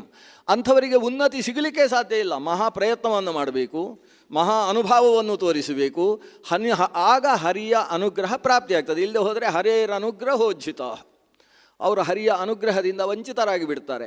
ಪ್ರಯತ್ನ ಸಾಗಿದಾಗ ಮಾತ್ರ ದೇವರು ಹಿಂದಿನಿಂದ ಅನುಗ್ರಹದ ರಕ್ಷೆಯನ್ನು ಕೊಡ್ತಾ ಹೋಗ್ತಾನೆ. ಎಲ್ಲ ಕೈಚೆಲ್ಲಿ ನಿಂತ ಸ್ಥಿತಿಯಲ್ಲಿ ಯಾಕೆ ದೇವರು ಕೊಡಲಿಲ್ಲ ಅಂತ ಕೇಳುವ ಅರ್ಹತೆಯೇ ನಮ್ಮಲ್ಲಿರುವುದಿಲ್ಲ. ಪ್ರಯತ್ನ ಮಾಡಬೇಕು ಅನ್ನುವುದು ಭೀಮಸೇನ ಮತ್ತು ದ್ರೌಪದಿ ದೇವಿಯರ ಪ್ರತಿಪಾದನೆ ಆಗಿತ್ತು. ದೀರ್ಘಕಾಲ ನಡೆದ ಚರ್ಚೆಯ ಕೊನೆಯಲ್ಲಿ ಧರ್ಮರಾಜ ಹೌದು ನಾವು ಮಾಡಲೇಬೇಕು ಇದಕ್ಕೆ ಪ್ರತೀಕಾರವನ್ನು, ಹೋರಾಡುವ ಅಂತ ಹೇಳಿದಾಗ ಭೀಮಸೇನ ಗದೆ ಹಿಡ್ಕೊಂಡು ಹರಿಯ ಬಿಟ್ಟ, ಝಂಗನೆ ಜಿಗಿದು ಬಿಟ್ಟ. ಖುಷಿಯಾಗೋಯ್ತು ಅವನಿಗೆ. ಈಗಲೇ ಹೊರಡೋದು, ಹಸ್ತಿನಪುರವನ್ನು ಮೊದಲು ಪುಡಿ ಮಾಡಿ ಆಮೇಲೆ ಒಳಗಿದ್ದವರನ್ನು ಹೊಡೆಯುವುದು ಅಂತ ಹೊರಟು ಬಿಟ್ಟ. ಧರ್ಮರಾಜ ಭೀಮಾ ಅಂತ ಕರೀತಾನೆ. ಕರೆದು ಹೇಳ್ತಾನೆ, ಅಲ್ಲ ನಾನು ಆಗ್ಬೋದು ಅಂತ ಹೇಳಿದ್ದು ಈಗಲ್ಲ, 13 ವರ್ಷ ಪೂರ್ತಿ ಆದಮೇಲೆ ಅಂತ ಹೇಳಿದ. ನಮ್ಮ ವನವಾಸ ಮುಗಿಸಿ, ಇದು ಯಾವಾಗ ಅವರು ವನವಾಸಕ್ಕೆ ಹೊರಟು ಒಂದು 6 ತಿಂಗಳಾದಾಗ ನಡೆದಂಥ ಘಟನೆ ಇಷ್ಟು ಗಲಾಟೆಗಳು. ಇನ್ನು ಅಜ್ಞಾತವಾಸ ಮುಗಿಸಿದ ದಿವಸ ನೀವು ಏನು ಹೇಳಿದ್ದೀರಿ ಅದನ್ನು ಮಾಡುವುದಕ್ಕೆ ಪೂರ್ತಿ ಸನ್ನದ್ಧ. ಅವತ್ತು ಭೀಮಸೇನ ಅವನ ಕೈ ಹಿಡ್ಕೊಂಡು ಅಣ್ಣ ಭಾಷೆ ಕೊಡು ಅಂತೇಳಿ ಭಾಷೆ ತಗೊಂಡಿದ್ದಾನೆ. ಹಾಗಾದರೆ 13 ವರ್ಷವಾದ ಮೇಲೆ ಯುದ್ಧ ಅನ್ನುವುದು ಅವತ್ತು ತೀರ್ಮಾನವಾಗಿತ್ತು. ಈ ಕಾರಣದಿಂದ ದ್ರೌಪದಿ ದೇವಿ ನೆಮ್ಮದಿಯಾಗಿದ್ದಾಳೆ. ಯುದ್ಧ ನಡೆಯುತ್ತೆ.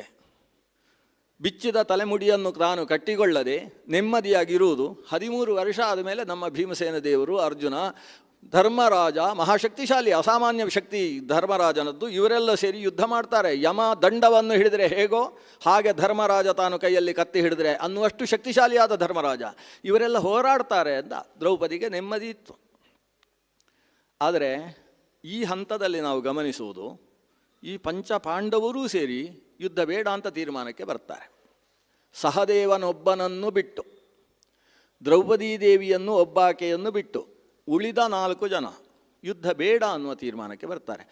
ಆ ಮಹಾಭಾರತವನ್ನು ಹಾಗೇ ನಾವು ಓದ್ತಾ ಹೋದರೆ, ಸಂಸ್ಕೃತಜ್ಞರಾಗಿ ಸಂಸ್ಕೃತ ಶ್ಲೋಕವನ್ನು ಆಲಿಸ್ತಾ ಹೋದರೆ ನಮ್ಮ ಕಣ್ಣಲ್ಲಿ ನೀರು ಬರುತ್ತೆ. ಹೌದಲ್ವ, ಭೀಮಸೇನ ಹೇಳಿದ್ದು ಎಷ್ಟು ಸರಿ ಇದೆ. ಇಷ್ಟು ಆತನಿಗೆ ಸಿಟ್ಟಿದ್ದರು, ಅವರನ್ನೆಲ್ಲ ಪುಡಿಗುಟ್ಟಬೇಕು, ನನ್ನ ಪ್ರತಿಜ್ಞೆಯನ್ನು ಮುಗಿಸಬೇಕು ಅಂತ ಆತನಿಗಿದ್ದರೂ ಈ ಒಂದು ಲೋಕದಲ್ಲಿ ಯುದ್ಧದಿಂದ ಏನು ತೊಂದರೆ ಆಗ್ತದೆ ಅನ್ನುವುದನ್ನು ಮನಸ್ಸಲ್ಲಿ ಇಟ್ಟುಕೊಂಡು ನನ್ನ ಪ್ರತಿಜ್ಞೆ ಹಾಗೆ ಬಿದ್ದು ಹೋದರೂ ತೊಂದರೆ ಇಲ್ಲ, ನಾನು ದ್ರೌಪದಿ ದೇವಿಯನ್ನು ಹೇಗೆ ಬೇಕಾದರೂ ಸಮಾಧಾನ ಮಾಡಿ ಏನು, ಸದ್ಯಕ್ಕೆ ಯುದ್ಧ ಅಂತೂ ಬೇಡಪ್ಪ ಅಂತ ಒಂದು ಲೋಕದ ಕ್ಷೇಮದ ದೃಷ್ಟಿಯಿಂದ ಎಂತಹ ಕಷ್ಟದಲ್ಲೂ ಕೂಡ ಅದನ್ನು ಮನಸ್ಸಲ್ಲಿ ಒತ್ತಿಕೊಂಡು ನಿಲ್ತಾನಲ್ಲ ಭೀಮಸೇನ. ಅದು ಇಲ್ಲಿ ನಮಗೆ ಕಾಣತಕ್ಕಂಥದ್ದು. ಅಂದರೆ ಯುದ್ಧವನ್ನು ಪ್ರತಿರೋಧಿಸಬೇಕು ಅನ್ನುವುದರ ಬಗ್ಗೆ ಈ ಭಾರತ ದೇಶದಲ್ಲಿ ಚಿಂತನಶೀಲರಾದ ಹಿರಿಯರಲ್ಲಿ ಯಾವ ರೀತಿಯ ಭಾವ ಇರ್ತಿತ್ತು. ಏನೇ ಆದರೂ ಯುದ್ಧ ಬೇಡ. ನಾವಿವತ್ತು ನಮ್ಮ ಭಾರತ ದೇಶದ ಉತ್ತರದಲ್ಲಿ ಜಮ್ಮು ಕಾಶ್ಮೀರದ ಪ್ರದೇಶಗಳಲ್ಲಿ ನಡೆಯುವಂಥ ಅನಾಹುತಗಳನ್ನು ನೋಡಿ ಒಂದು ಸಲ ಆ ಕಡೆ ಇದ್ದವರನ್ನು ಹೊಡೆದು ಹಾಕಿದರೆ ಎಷ್ಟು ಅನುಕೂಲ ಆಗುತ್ತೆ ದೇಶಕ್ಕೆ. ಆ ರಕ್ಷಣೆಗೋಸ್ಕರ ಅಷ್ಟು ಖರ್ಚು ಮಾಡುವುದೆಲ್ಲ ನಿಲ್ಲಿಸಿಬಿಡ್ಬೋದಲ್ಲ ಅಂತ ನಮಗೆಲ್ಲ ಅನಿಸುತ್ತೆ. ನಾವು ಚಿಕ್ಕವರಿರುವಾಗ ಹಾಗೆ ಅಂದುಕೊಂಡದ್ದಿದೆ. ಯಾಕೆ ಇವರೆಲ್ಲ ಹೋರಾಡುವುದಿಲ್ಲ, ಅಷ್ಟು ಹೆದರಿಕೆಯ ನಮ್ಮ ದೇಶಕ್ಕೆ ಅಂತ ಹೀಗೆಲ್ಲ ಭಾವನೆಗಳು ಬಂದದ್ದಿದೆ. ಆದರೆ ಮಹಾಭಾರತ ಓದಿದ ಮೇಲೆ ಅರ್ಥ ಆಗ್ತದೆ ಯಾಕೆ ಬೇಕು ದೇಶದಲ್ಲಿ ಈ ರೀತಿಯ ಯುದ್ಧದ ಬಗ್ಗೆ ತಟಸ್ಥ ನೀತಿ. ಅವರಾಗಿಯೇ ನಮ್ಮ ಮೇಲೆ ಹಾರಿ ಬಿದ್ದರೆ ತಡೆಯುವುದಷ್ಟೇ ಹೊರತು ನಾವಾಗಿ ಹೋಗುವುದಿಲ್ಲ ಅನ್ನೋ ಈ ಅಲಿಪ್ತ ನೀತಿ, ನಮ್ಮ ದೇಶದ ನೀತಿ ಏನಿದೆ, ಈ ನೀತಿಯ ಹಿನ್ನೆಲೆ ಅದು ಮಹಾಭಾರತದ ಗಟ್ಟಿಗಾರಿಕೆಯಿಂದ ನಿರ್ಮಿತವಾಗಿರ್ತಕ್ಕಂಥದ್ದು. ಯುದ್ಧವನ್ನು ಎಷ್ಟು ಸಾಧ್ಯ ಅಷ್ಟು ನಿಲ್ಲಿಸುವುದಕ್ಕೆ ಪ್ರಯತ್ನಿಸಬೇಕು. ಯಾಕಂದರೆ ಅದೊಂದು ಪ್ರಜಾ ಸಮುದಾಯಕ್ಕೆ ಬಂದ ಮಹಾವಿಪತ್ತು. ಅಂತಹ ವಿಪತ್ತನ್ನು ಬುದ್ಧಿಪೂರ್ವಕವಾಗಿ ಯಾರೂ ಕೂಡ ದೇಶದ ಮೇಲೆ ಆರೋಪಣೆ ಮಾಡಕೂಡದು ಅನ್ನೋದು ಮಹಾಭಾರತದ ಮುಖ್ಯವಾದ ಸಂದೇಶ. ಆ ಸಂದೇಶ ಅರ್ಥ ಆಗುವುದೇ ಮುಂದಿನ ಭಾಗದಲ್ಲಿ. ಸಂಜಯ ಯಾವಾಗ ಉಪಪ್ಲಾವ್ಯ ನಗರದಿಂದ ತಾನು ಹಸ್ತಿನಪುರಕ್ಕೆ ಹೋದ, ಆವಾಗ ಧರ್ಮರಾಜ ಹೇಳಿ ಕಳಿಸಿದ್ದು ಆತನ ಹತ್ರ, ಅಲ್ಲಿ ಸಂಧಿಗೋಸ್ಕರ ಮಾತಾಡು, ನಮಗೆ 5 ಗ್ರಾಮವಾದರೂ ಸಾಕಾಗ್ತದೆ. ಕುಶಸ್ಥಲಂ, ವೃಕಸ್ಥಲಂ, ವಾನಂದೀಂ, ವಾರಣಾವತಂ, ಆಮೇಲೆ ಯಾವುದೋ ಒಂದು 5ನೇ ಗ್ರಾಮ. ಈ 5 ಗ್ರಾಮ ಸಾಕು. ಯಾಕಂದರೆ ನನ್ನ ತಮ್ಮಂದಿರಿಗೆ ಅವರಿಗೆ ಇಂಥದ್ದೇ ಗ್ರಾಮ ಆಗಬೇಕು ಅಂತ ಇರ್ತದೆ. ಅದು ವ್ಯವಸ್ಥಿತವಾಗಿರ್ತಕ್ಕಂಥ 4 ಗ್ರಾಮಗಳು. 5ನೇವ ನಾನಲ್ಲ, ನನಗೆ ಯಾವುದಾದ್ರೂ ಸಾಧ್ಯ, ತೊಂದರೆ ಇಲ್ಲ, ಒಂದು ಕುಗ್ರಾಮ ಕೊಟ್ಟರೆ ಸಾಕು. ಒಟ್ಟಂದದಲ್ಲಿ ಒಂದು 5 ಗ್ರಾಮ ಕೊಟ್ಟರೂ ಸಾಕು, ಯುದ್ಧ ಅಂತೂ ಬೇಡ ಅಂತ ಹೇಳು ಅಂತ ಸಂಜಯನ ಹತ್ರವೇ ಹೇಳಿ ಕಳಿಸಿದ್ದಾನೆ ಧರ್ಮರಾಜ. ಹೊರಡುವಾಗ ಸಂಜಯನ ಜೊತೆಗೆ ಅಷ್ಟು ದೂರಕ್ಕೆ ಬಂದು, ಸಂಜಯ ಇದನ್ನು ಹೇಳು, ಅಲ್ಲಿ ಇದಕ್ಕೆ ಒಪ್ಪಿಕೊಳ್ತಾರೆ ಅಂತ ನನ್ನ ಮನಸ್ಸು ಹೇಳ್ತದೆ. ಆಗ ನೀನು ಅಥವಾ ವಿದುರ ಮತ್ತೊಮ್ಮೆ ಬಂದು ನಾವು ಹೇಗೆ ಸಂಧಿಗೆ ಒಡಂಬಡುವುದು, ಅದಕ್ಕೆ ನಾವೇನು ಮಾಡಬೇಕು ಇತ್ಯಾದಿಗಳನ್ನು ನೀವು ಬಂದು ಹೇಳಿ. ಅಕಸ್ಮಾತ್ ಸಂಧಿಗೆ ಒಪ್ಪಲಿಲ್ಲ ಅಂದರೆ ನೀವು ಯಾರು ಬರೋದು ಬೇಡ ಅಂತ ಹೇಳಿ ಕಳಿಸಿದ್ದಾನೆ. ಇಷ್ಟಾಗಿ 1 ವಾರ ಅಲ್ಲ 12 ದಿವಸಗಳು ದಾಟಿದ್ದಾವೆ. ಸಂಜಯ ಹೋಗಿ ಈ ಹೊತ್ತಿಗೆ ಧರ್ಮರಾಜ ತೀರ್ಮಾನಿಸ್ತಾನೆ, ಏನಿದ್ರೂ 4 ದಿವಸದೊಳಗೆ ಬರಬೇಕಿತ್ತು, ಇಲ್ಲ 8 ದಿವಸಗಳ ತನಕ ನಾವು ಕಾಯ್ಬೋದು. ಆದರೆ 8 ದಿವಸವೂ ಕಳೆದ ಮೇಲೆ ಇದರದ್ದು ತೀರ್ಮಾನ ಆಗಿದೆ, ಅಲ್ಲಿ ಯುದ್ಧ ಮಾಡುವುದು ಅಂತ ಅವರು ತೀರ್ಮಾನಿಸಿದ್ದಾರೆ. ನಮಗೆ 5 ಗ್ರಾಮಗಳನ್ನು ಕೊಡುವ ಯೋಚನೆಯನ್ನು ಅವರು ಮಾಡ್ತಾ ಇಲ್ಲ ಅಂತ ಸ್ಪಷ್ಟ. ಆದ್ದರಿಂದ ನಾವು ಏನು ಮಾಡುವುದು ಅಂತ ಉಪಪ್ಲಾವ್ಯದಲ್ಲಿ ಒಂದು ಮೀಟಿಂಗ್, ದೊಡ್ಡ ರಾಜ ಸಮಾವೇಶ ನಡೀತದೆ. ಈಗಾಗಲೇ 7 ಅಕ್ಷೌಹಿಣಿ ಸೈನ್ಯ ಅಲ್ಲಿ ಸೇರಿದೆ. ದೃಪದನ ನೇತೃತ್ವದಲ್ಲಿ ಭಗವಂತ ಶ್ರೀಕೃಷ್ಣನನ್ನು ಮುಂದಿಟ್ಟುಕೊಂಡು ಒಂದು ವಿಚಾರ, ಏನು ಮಾಡುವುದು, ಈ ಸ್ಥಿತಿ ಬಂದಿದೆ, ಯುದ್ಧ ಮಾಡುವ ಅನಿವಾರ್ಯತೆ ಬಂದಿದೆ ಅಂತ ಅನಿಸುತ್ತೆ, ನಾವು ಏನು ಮಾಡುವುದು ಅಂತ. ಏನು ಮಾಡುವುದು ಅನ್ನೋ ವಿಮರ್ಶೆಯಲ್ಲಿ ಧರ್ಮರಾಜನದ್ದೇ ಮಾತು ಪ್ರಧಾನವಾಗ್ತದೆ. ಧರ್ಮರಾಜ ದೃಪದ ಮತ್ತು ವಿರಾಟರು ಸನಿಹದಲ್ಲಿರಬೇಕಾದರೆ ಸಾತ್ಯಕಿಯ ಸನಿಹದಲ್ಲಿದ್ದಂತಹ ಶ್ರೀಕೃಷ್ಣನನ್ನು ಕುರಿತು ಕೈ ಮುಗಿದುಕೊಂಡು ಪ್ರಾರ್ಥಿಸ್ತಾನೆ, ಕೃಷ್ಣ, ಎಲ್ಲ ಸಮಸ್ಯೆಗಳಿಗೂ ಉತ್ತರ ಅನ್ನುವ ಮೂರ್ತ ನೀನು. ಇವತ್ತು ದೊಡ್ಡ ಸಮಸ್ಯೆ ಎದುರಾಗಿದೆ. ದುರ್ಯೋಧನನಿಗೆ ಯುದ್ಧದಿಂದ ಆಗುವ ಅನಾಹುತಗಳ ಬಗ್ಗೆ ಪ್ರಜ್ಞೆಯೇ ಇಲ್ಲ. ರಾಜ್ಯ ನನ್ನ ಕೈಯಲ್ಲಿ ಉಳಿಬೇಕು ಅನ್ನುವ ಒಂದು ಮಾತ್ಸರ್ಯದ ಭಾವದಿಂದ ಇವತ್ತು ಆತ ಕಣ್ಣು ಮುಚ್ಚಿಬಿಟ್ಟಿದ್ದಾನೆ. ಇದರಿಂದ ಆಗುವ ಅನಾಹುತವನ್ನು ತಿಳಿದ ನಾವಾದರೂ ಯುದ್ಧ ಮಾಡುವುದು ಸಮಂಜಸ ಅಲ್ಲವಲ್ಲ. ಆದ್ದರಿಂದ ನಾನು ನಿನ್ನ ಪಾದ ಮುಟ್ಟಿ ಕೇಳಬೇಕಾದ ವಿಷಯ ಏನಂದರೆ, ನೀನೀಗ ಪ್ರಯತ್ನಿಸಬೇಕು ಸಂಧಿಗೋಸ್ಕರ. ಇನ್ನು ಯಾರಿಂದಲೂ ಇದು ಸಾಧ್ಯ ಇಲ್ಲ. ನಾನು ರಾಜ್ಯಾಕಾಂಕ್ಷಿಯಾಗಿ ಇರತಕ್ಕಂಥವಾದ್ರಿಂದ ನಾನಾಗಿ ಅಲ್ಲಿ ಹೋಗಿ ಮಾತನಾಡುವಂಥದ್ದು ಅಸಮಂಜಸವಾಗ್ತದೆ. ಅದನ್ನೂ ನೀನು ಹೇಳುವುದಾದರೆ ನಾನೇ ಹೋಗುವುದಕ್ಕೂ ಸಿದ್ಧ. ಆದರೆ ನಮ್ಮ ಆಪ್ತನಾಗಿ, ನಮ್ಮ ಸಂಬಂಧಿಯಾಗಿ, ಬರೀ ನಮ್ಮ ಸಂಬಂಧಿ ಮಾತ್ರ ಅಲ್ಲ, ಆ ಕಡೆಯಿಂದ ಕೌರವರ ಸಂಬಂಧಿಯೂ ಆದ ನೀನು ಹೋದರೆ ಇದು ಇಬ್ಬರಿಗೂ ಕೂಡ ಸಮಾನವಾದ ನಿರ್ಧಾರಕ್ಕೆ ಅವಕಾಶವಾಗ್ತದೆ ಅಂತ ನನ್ನ ಭಾವ. ಯಾಕಂದರೆ ಯಾರು ಹೋದರೂ ಕೂಡ ಅವರು ತಪ್ಪಾಗಿ ತಿಳಿಯುವ ಸಾಧ್ಯತೆ ಇದೆ. ಆದರೆ ನೀನು ಇವತ್ತು ನಮ್ಮ ಹಿತಾಕಾಂಕ್ಷಿಯಾಗಿ ಅಲ್ಲಿ ಹೋದರೆ ಅವರು ಏನು ಅಂದುಕೊಳ್ತಾರೆ ಅಂದರೆ, ಇವನು ನಮ್ಮ ಹಿತಾಕಾಂಕ್ಷಿಯಾಗಿ ಬಂದಿದ್ದಾನೆ ಅಂತ ಅವರು ಅಂದುಕೊಳ್ತಾರೆ. ಯಾಕಂದರೆ ನೀನು ಅಂಥವ, ನಮಗೆ ಎಷ್ಟು ನಿಕಟ ಸಂಬಂಧಿಯೋ ಅಷ್ಟೇ ಹತ್ತಿರದ ಸಂಬಂಧಿ ಧೃತರಾಷ್ಟ್ರ, ಭೀಷ್ಮಾಚಾರ್ಯ ಪ್ರಭೃತಿಗಳಿಗೆ. ನಿನ್ನನ್ನು ಅತಿಶಯಿತವಾಗಿ ಆರಾಧಿಸ್ತಕ್ಕಂತಹ ಮನಸ್ಥಿತಿ ಅವರಲ್ಲೆಲ್ಲ ಇದೆ. ಆದ್ದರಿಂದ ನೀನು ಹೋದರೆ ಈ ಕೆಲಸ ಹಣ್ಣಾಗ್ತದೆ. ಅದಕ್ಕೋಸ್ಕರ ನೀನೊಂದು ಮನಸ್ಸು ಮಾಡಬೇಕು. ಚಿಕ್ಕ ಕೆಲಸ ದೊಡ್ಡವರ ಹತ್ರ ಹೇಳ್ತೇನೆ ಅಂತ ಸುತರಾಮ್ ಅಂದುಕೊಳ್ಬಾರ್ದು. ಕೃಷ್ಣ ಛೇ ಅಂತ ಹೇಳ್ತಾನೆ, ಹಾಗೇನಿಲ್ಲ. ನಮಗೆ ಎಲ್ಲ ಚಿಕ್ಕ ಕೆಲಸ ದೊಡ್ಡ ಕೆಲಸ ಅಂತ ನಮ್ಮಲ್ಲಿ ಇಲ್ಲ. ಅವ ಮಾತಾಡುವುದಿಲ್ಲ, ಇಲ್ಲಿ ಏನು ಮಾತಾಡೋದಿಲ್ಲ. ಪಾಪ ಧರ್ಮರಾಜ 1 ಗಂಟೆ ಮಾತಾಡಿದರೆ ಕೃಷ್ಣ ಸುಮ್ಮನೆ ಕೂತ್ಕೊಂಡು ಕೇಳ್ತಾ ಇರ್ತಾನೆ. ಅವ ಮಧ್ಯದಲ್ಲಿ ಒಂದೇ ಒಂದು ಮಾತಾಡುವುದಿಲ್ಲ. ಧರ್ಮರಾಜ ಎಷ್ಟು ಮಾತಾಡ್ತಾನೆ ಇಲ್ಲಿ, ಅವನಲ್ಲಿ ಎಷ್ಟು ಪ್ರಜ್ಞೆ ಇದೆ ಅಂತ ಅರ್ಥ ಮಾಡಿಕೊಳ್ಳುವುದಕ್ಕೆ ಈ ಅಧ್ಯಾಯ ಓದಬೇಕು. ಭಗವದ್ಯಾನ ಪರ್ವದ ಮೊದಲನೇ ಅಧ್ಯಾಯ ಒಂದು ಅದ್ಭುತವಾದ ಭಗವದ್ಗೀತೆಯ ಸಾರ. ನಾವು ಸಾಮಾನ್ಯ ಹೀಗೆ ಆಲೋಚನೆ ಮಾಡ್ತೇವೆ, ಯುದ್ಧದ ಆರಂಭದಲ್ಲಿ ಅರ್ಜುನನಿಗೆ ಸಂಶಯ ಬಂತು, ಯುದ್ಧ ಯಾಕೆ ಬೇಕು ಅಂತ. ಆತ ಗಾಂಡೀವಂ ಸಂಸದೆ ಹಸ್ತಾತ್ ಅಂತ ಬಿದ್ದ. ಕೃಷ್ಣ ಅವನಿಗೆ ಬುದ್ಧಿ ಹೇಳಿ ಎಬ್ಬಿಸಿದ. ಎಲ್ಲ ಯುದ್ಧ ಆದ ಮೇಲೆ ನಮ್ಮ ಧರ್ಮರಾಜನಿಗೆ ಸಂಶಯ ಬಂತು, ಯಾಕಾದರೂ ಯುದ್ಧ ಮಾಡಿದೆವು ಅಂತ. ಆವಾಗ ಭಗವಂತ ಕೃಷ್ಣ ಭೀಷ್ಮನ ಹತ್ತಿರಕ್ಕೆ ಕರ್ಕೊಂಡು ಹೋಗಿ ಶಾಂತಿ ಪರ್ವದ ಉಪದೇಶ ಮಾಡಿಸಿ, ವಿಷ್ಣು ಸಹಸ್ರನಾಮದ ಉಪದೇಶವನ್ನೂ ಮಾಡಿ, ಚೆನ್ನಾಗಿ ಹೊಡೆದಿ ಮಗನೇ, ಒಳ್ಳೆಯದಾಗಿ ಹೊಡೆದಿದ್ದಿ ಅಂತ ಆ ಸಾಯುವವರ ಹತ್ರ ಬಾಯಿಯಲ್ಲೇ ಹೇಳಿಸಿ ಅವನಿಗೆ ಸಮಾಧಾನ ಮಾಡಿಸಿದ ಅಂತ. ಇದು ನಾವು ಸಾಮಾನ್ಯವಾಗಿ ನೋಡುವುದು. ಅಂದರೆ ಅರ್ಜುನನಿಗೆ ಗಟ್ಟಿಗಾರಿಕೆ ಇದೆ, ಶುರು ಮಾಡುವಾಗಲೇ ಪ್ರಶ್ನೆ ಬಂತು, ಉತ್ತರ ಪಡ್ಕೊಂಡೇ ಶುರು ಮಾಡಿದ. ನಮ್ಮ ಧರ್ಮರಾಜ ಹಾಗಲ್ಲ, ಎಲ್ಲ ಆದಮೇಲೆ ಇದು ಬೇಕಿತ್ತಾ ಅಂತ ಅಂದ್ಕೊಂಡ. ಹೀಗೆ ನಾವು ಯೋಚನೆ ಮಾಡ್ತೇವೆ. ಆದರೆ ಈ ಅಧ್ಯಾಯ ಓದಿದರೆ ಧರ್ಮರಾಜನಿಗೆ ಅಷ್ಟೂ ಪ್ರಜ್ಞೆ ದೃಢವಾಗಿತ್ತು. ಅವ ಹೇಳ್ತಾನೆ, ಯುದ್ಧದಿಂದ ಎಷ್ಟೆಷ್ಟು ಅನಾಹುತಗಳಿದ್ದಾವೆ, ಗೀತೆಯಲ್ಲಿ ಏನೇನು ವಿಚಾರಧಾರೆ ಬಂದಿದೆ ಅವೆಲ್ಲ ನಿರೂಪಿಸ್ತಾನೆ. ಇಷ್ಟು ದೊಡ್ಡ ಅನಾಹುತಕ್ಕೆ ಕಾರಣವಾದದ್ದು ಯುದ್ಧ.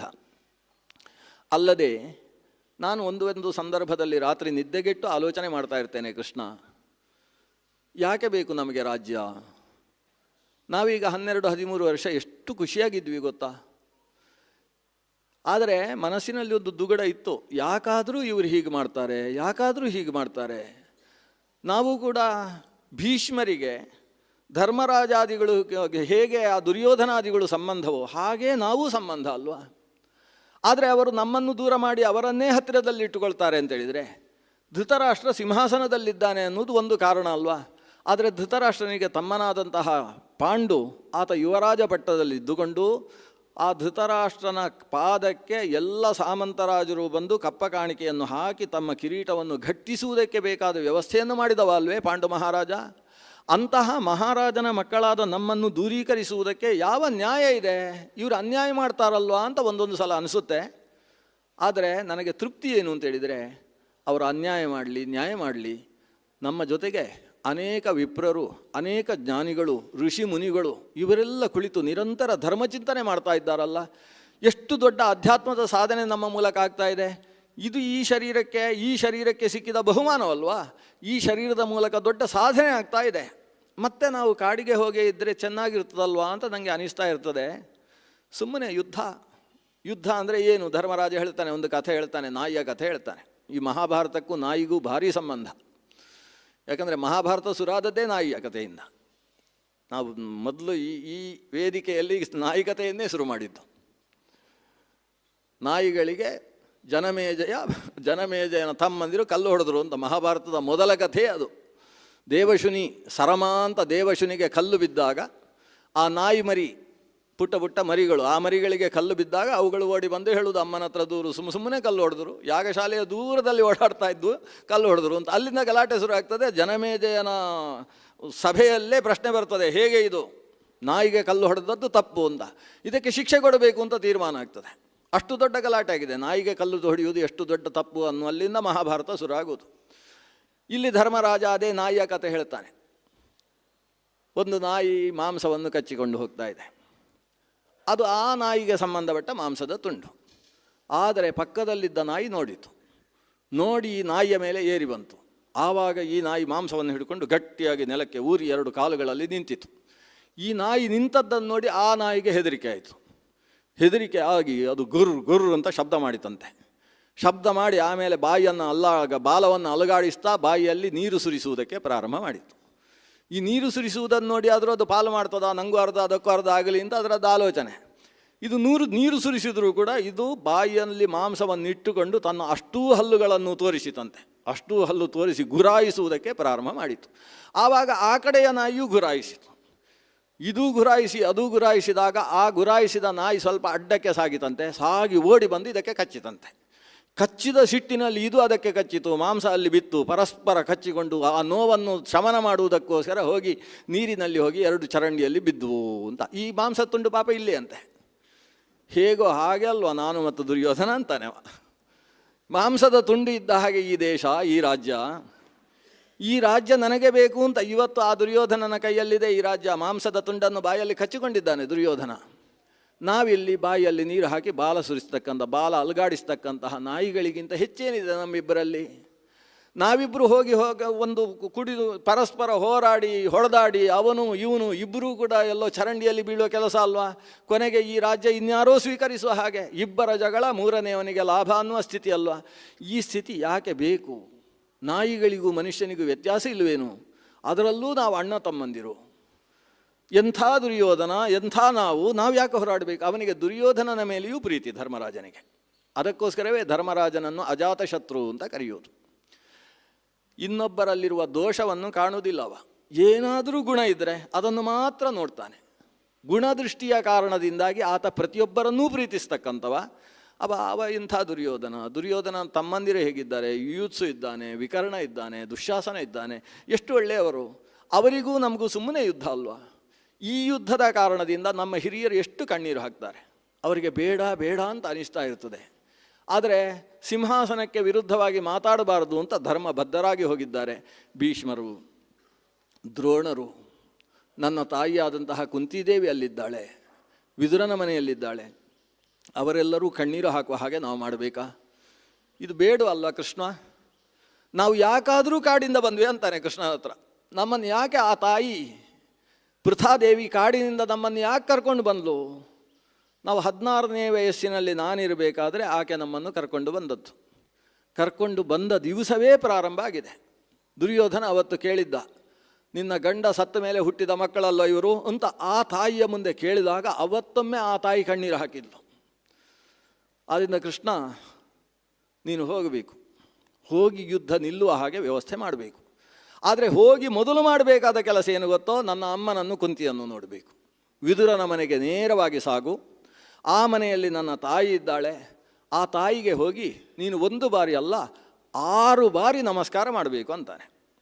ನನ್ನ ಅಮ್ಮನಿಗೆ 6 ಬಾರಿ ನಮಸ್ಕಾರ. ಒಂದು ಧರ್ಮರಾಜನದ್ದು, ಒಂದು ಭೀಮನದ್ದು, ಅರ್ಜುನನದ್ದು, ನಕುಲನದ್ದು, ಸಹದೇವನದ್ದು ಮತ್ತು ದ್ರೌಪದಿಯದ್ದು. ಬೇಕು ಅಂತಾದರೆ ನಿಂದು ಒಂದು ಮಾಡು, ಆಮೇಲೆ 7ನೇದ್ದು ತೊಂದರೆ ಇಲ್ಲ. ಆದರೆ ನಮ್ಮ ಲೆಕ್ಕದಲ್ಲಿ ನೀನು ಅಮ್ಮನಿಗೆ ನಮಸ್ಕಾರ ಮಾಡಬೇಕು. ನನಗೆ ಆ ಅಮ್ಮನನ್ನು ಅಂತ ಹೇಳ್ತಾ ಗೋಳೋ ಅಂತ ಅಳ್ತಾನೆ ಅಂತೆ ಧರ್ಮರಾಜ. ಕಣ್ಣೀರು ಹಾಕಿ ಕೃಷ್ಣನ ಹತ್ರ ಕೂತು ಬಿಡ್ತಾನೆ. ಆ ದೊಡ್ಡ ಸಭೆಯಲ್ಲಿ ಕೃಷ್ಣನೇ ತಲೆನೇವರಿಸಿಕೊಂಡು ಬಾವ ಅಂತ ಸಮಾಧಾನ ಮಾಡ್ತಾನೆ. ಧರ್ಮರಾಜ ಹೇಳ್ತಾನೆ, ಆ ತಾಯಿ ದೇವತಾ ಸದೃಶಿ ಜೀವನದಲ್ಲಿ ನಮ್ಮಿಂದಾಗಿ ಎಷ್ಟು ಕಷ್ಟ ಅನುಭವಿಸಿದ್ಲು. ಅವಳು ಕಣ್ಣೀರು ಹಾಕಿದಂತಹ ಪ್ರಸಂಗವನ್ನು ನಾನು ಜೀವನದಲ್ಲಿ 1 ಬಾರಿ ನೋಡಿದ್ದು. ಅದು ನಮ್ಮನ್ನು ಕರೆದುಕೊಂಡು ಊರಿಗೆ ಬರುವಾಗ ದುರ್ಯೋಧನನ ದುರ್ನುಡಿಗಳಿಂದ ಬೇಸತ್ತಂತಹ ಆಕೆ ಕಣ್ಣೀರು ಹಾಕಿದ್ದಾಳೆ. 2ನೇ ಬಾರಿ ನೋಡಿದ್ದೇನೆ ಕೃಷ್ಣ. ಇವತ್ತಿಗೂ ನನಗೆ ಅಳು ಬರುತ್ತೆ. ಮತ್ತೆ ಅಳ್ಲಿಕ್ಕೆ ಶುರು ಮಾಡ್ತಾನೆ. 2ನೇ ಬಾರಿ ಅಮ್ಮ ಹತ್ತಿದ್ದಾಳೆ ಅಂತ ಅವನಿಗೆ ಅಳು. ಈಗ ಏನದು? ಇವತ್ತಿಗೆ 13 ವರ್ಷದ ಹಿಂದೆ ನಾವೆಲ್ಲ ನಾರು ಮಡಿಯನ್ನು ಉಟ್ಟುಕೊಂಡು ಕಾಡಿಗೆ ಹೊರಡ್ತಾ ಇರಬೇಕಾದ್ರೆ ನಾವು ಹೇಗೆ ನಡೀತಾ ಇದ್ದೇವೆ ಅನ್ನುವುದನ್ನು ನೋಡಿಕೊಂಡು ದುರ್ಯೋಧನ ದುಶ್ಯಾಸನಾದಿಗಳು ಕೇಕೆ ಹಾಕಿ ಹಾಗೇ ತಾವು ಕೂಡ ಕುಣಿದು ಕುಪ್ಪಳಿಸಿ ಭೀಮ ಹೀಗೆ ನಡೀತಾನೆ ಹಾಗೆ ನಡೀತಾನೆ ಅಂತ ಹೇಳಿ ಅನುಕರಣೆ ಮಾಡಿ ಗಲಾಟೆ ರಂಪ ಎಬ್ಬಿಸ್ತಾ ಇರುವಂತಹ ಪ್ರಸಂಗದಲ್ಲಿ ನಾನು ಮುಖಕ್ಕೆಲ್ಲ ಮಣ್ಣು ಮೆತ್ತಿಕೊಂಡು ಸಾಕ್ತಾ ಇದ್ದರೆ ಹಿಂದೆ ನೋಡ್ತೇನೆ, ಅಳುವಿನ ಧ್ವನಿ ಕೇಳಿಸ್ತದೆ. ಅಮ್ಮ ಕುಂತಿ ನಾನು ಈ ಮಕ್ಕಳ ಜೊತೆಗೆ ಬರುವುದು ಅಂತ ಆಲೋಚನೆ ಮಾಡಿ ಹಿಂದೆ ಬರ್ತಾ ಇದ್ದಾಳೆ. ಆ ಕಡೆಯಿಂದ ವಿದುರನ ಪತ್ನಿ ಕುಂತಿಗೆ ತಂಗಿಯಾಗಬೇಕು. ಆಕೆ ಕೈ ಹಿಡಿದು ಗಟ್ಟಿಯಾಗಿ ಹಿಡ್ಕೊಂಡು, ಅಮ್ಮ ನೀನು ಹೋಗಬೇಡ, ಆ ಧರ್ಮರಾಜ ಬೇಡ ಅಂತ ಹೇಳಿದ್ದಾನೆ, ನಿನಗೆ ವನವಾಸವನ್ನು ವಿಧಾನ ಮಾಡಿಲ್ಲ. ಸಹಧರ್ಮಿಣಿಯಾದಂತಹ ಆಕೆ ದ್ರೌಪದಿ ಒಬ್ಬಳು ಮಾತ್ರ ಹೋಗುವುದು, ಸುಭದ್ರೆಯೂ ಕೂಡ ವನವಾಸಕ್ಕೆ ಹೋಗುವುದಿಲ್ಲ, ಹಾಗಾಗಿ ನೀನು ಹೋಗುವುದು ತರವಲ್ಲ ಅಂತ ಕೈ ಹಿಡಿದು ಎಳಿತಾ ಇದ್ದಾಳೆ. ಧರ್ಮರಾಜಾದಿಗಳು ಮುಂದೆ ಸಾಗುವಾಗ ಆ ತಾಯಿ ಅತ್ತ ಶಬ್ದವನ್ನು ಕಿವಿಯ ಒಳಗೆ ಹಾಗೇ ಇಟ್ಟುಕೊಂಡು ಕಾಡಿಗೆ ಬಂದಿದ್ದಾರಂತೆ. ಇವತ್ತು ಅದನ್ನು ನೆನೆಸಿಕೊಂಡು ಅಳ್ತಾ ಇದ್ದಾನೆ. ಅಮ್ಮನಿಗೆ ಇಷ್ಟು ದುಃಖವನ್ನು ಕೊಟ್ಟಿದ್ದಾರೆ ಕೌರವರು. ಆ ಜೀವನ ಪೂರ್ತಿ ಕಣ್ಣೀರು ಹಾಕಿಕೊಂಡೇ ಸಾಗಿದಂತಹ ಆ ತಾಯಿ, ಆಕೆಗೆ ನಾವು ಯಾವಾಗ ಆನಂದ ಕೊಡ್ತೇವೆ ಕೃಷ್ಣ? ಜೀವನದಲ್ಲಿ ಅದಾಗ್ತದೋ ಇಲ್ವೋ? ನಾವು ಚೆನ್ನಾಗಿದ್ದರೆ ಮಾತ್ರ ಆ ತಾಯಿ ಚೆನ್ನಾಗಿರುವುದು. ಆಕೆ ಬಯಸಿದ ರೀತಿಯ ಚೆನ್ನಿಕೆ ಅನ್ನೋದು ನಮಗೆ ಯಾವಾಗ ಪ್ರಾಪ್ತಿಯಾಗುವುದಕ್ಕೆ ಸಾಧ್ಯ? ಅದು ಈ ಜೀವನದಲ್ಲಿ ಹಣೆಯಲ್ಲಿ ಬರೆದಿದೆಯೋ ಇಲ್ಲೋ ಕೃಷ್ಣ ಅಂತ ಒಂದು ರೀತಿಯಲ್ಲಿ ಸಂಪೂರ್ಣವಾಗಿ ತಾನು ನಿಶ್ಶಕ್ತನಾದ ಸ್ಥಿತಿಯಲ್ಲಿ ಧರ್ಮರಾಜ ಮಾತಾಡಿದ. ಶ್ರೀಕೃಷ್ಣ ಅಷ್ಟನ್ನೂ ಕೇಳಿಸಿಕೊಳ್ತಾನೆ. ಎಲ್ಲ ಆದಮೇಲೆ ಧರ್ಮರಾಜ, ನೀನು ಏನು ಯೋಚಿಸಬೇಡ, ನಾನು ಈಗಲೇ ಹೊರಟೆ, ಹಸ್ತಿನಪುರಕ್ಕೆ ಹೋಗ್ತೇನೆ. ನಿನ್ನ ಪ್ರಕಾರ ಸಂಧಿಗೆ ನಾನು ಮಾತಾಡಿ ಬರಬೇಕಲ್ವ?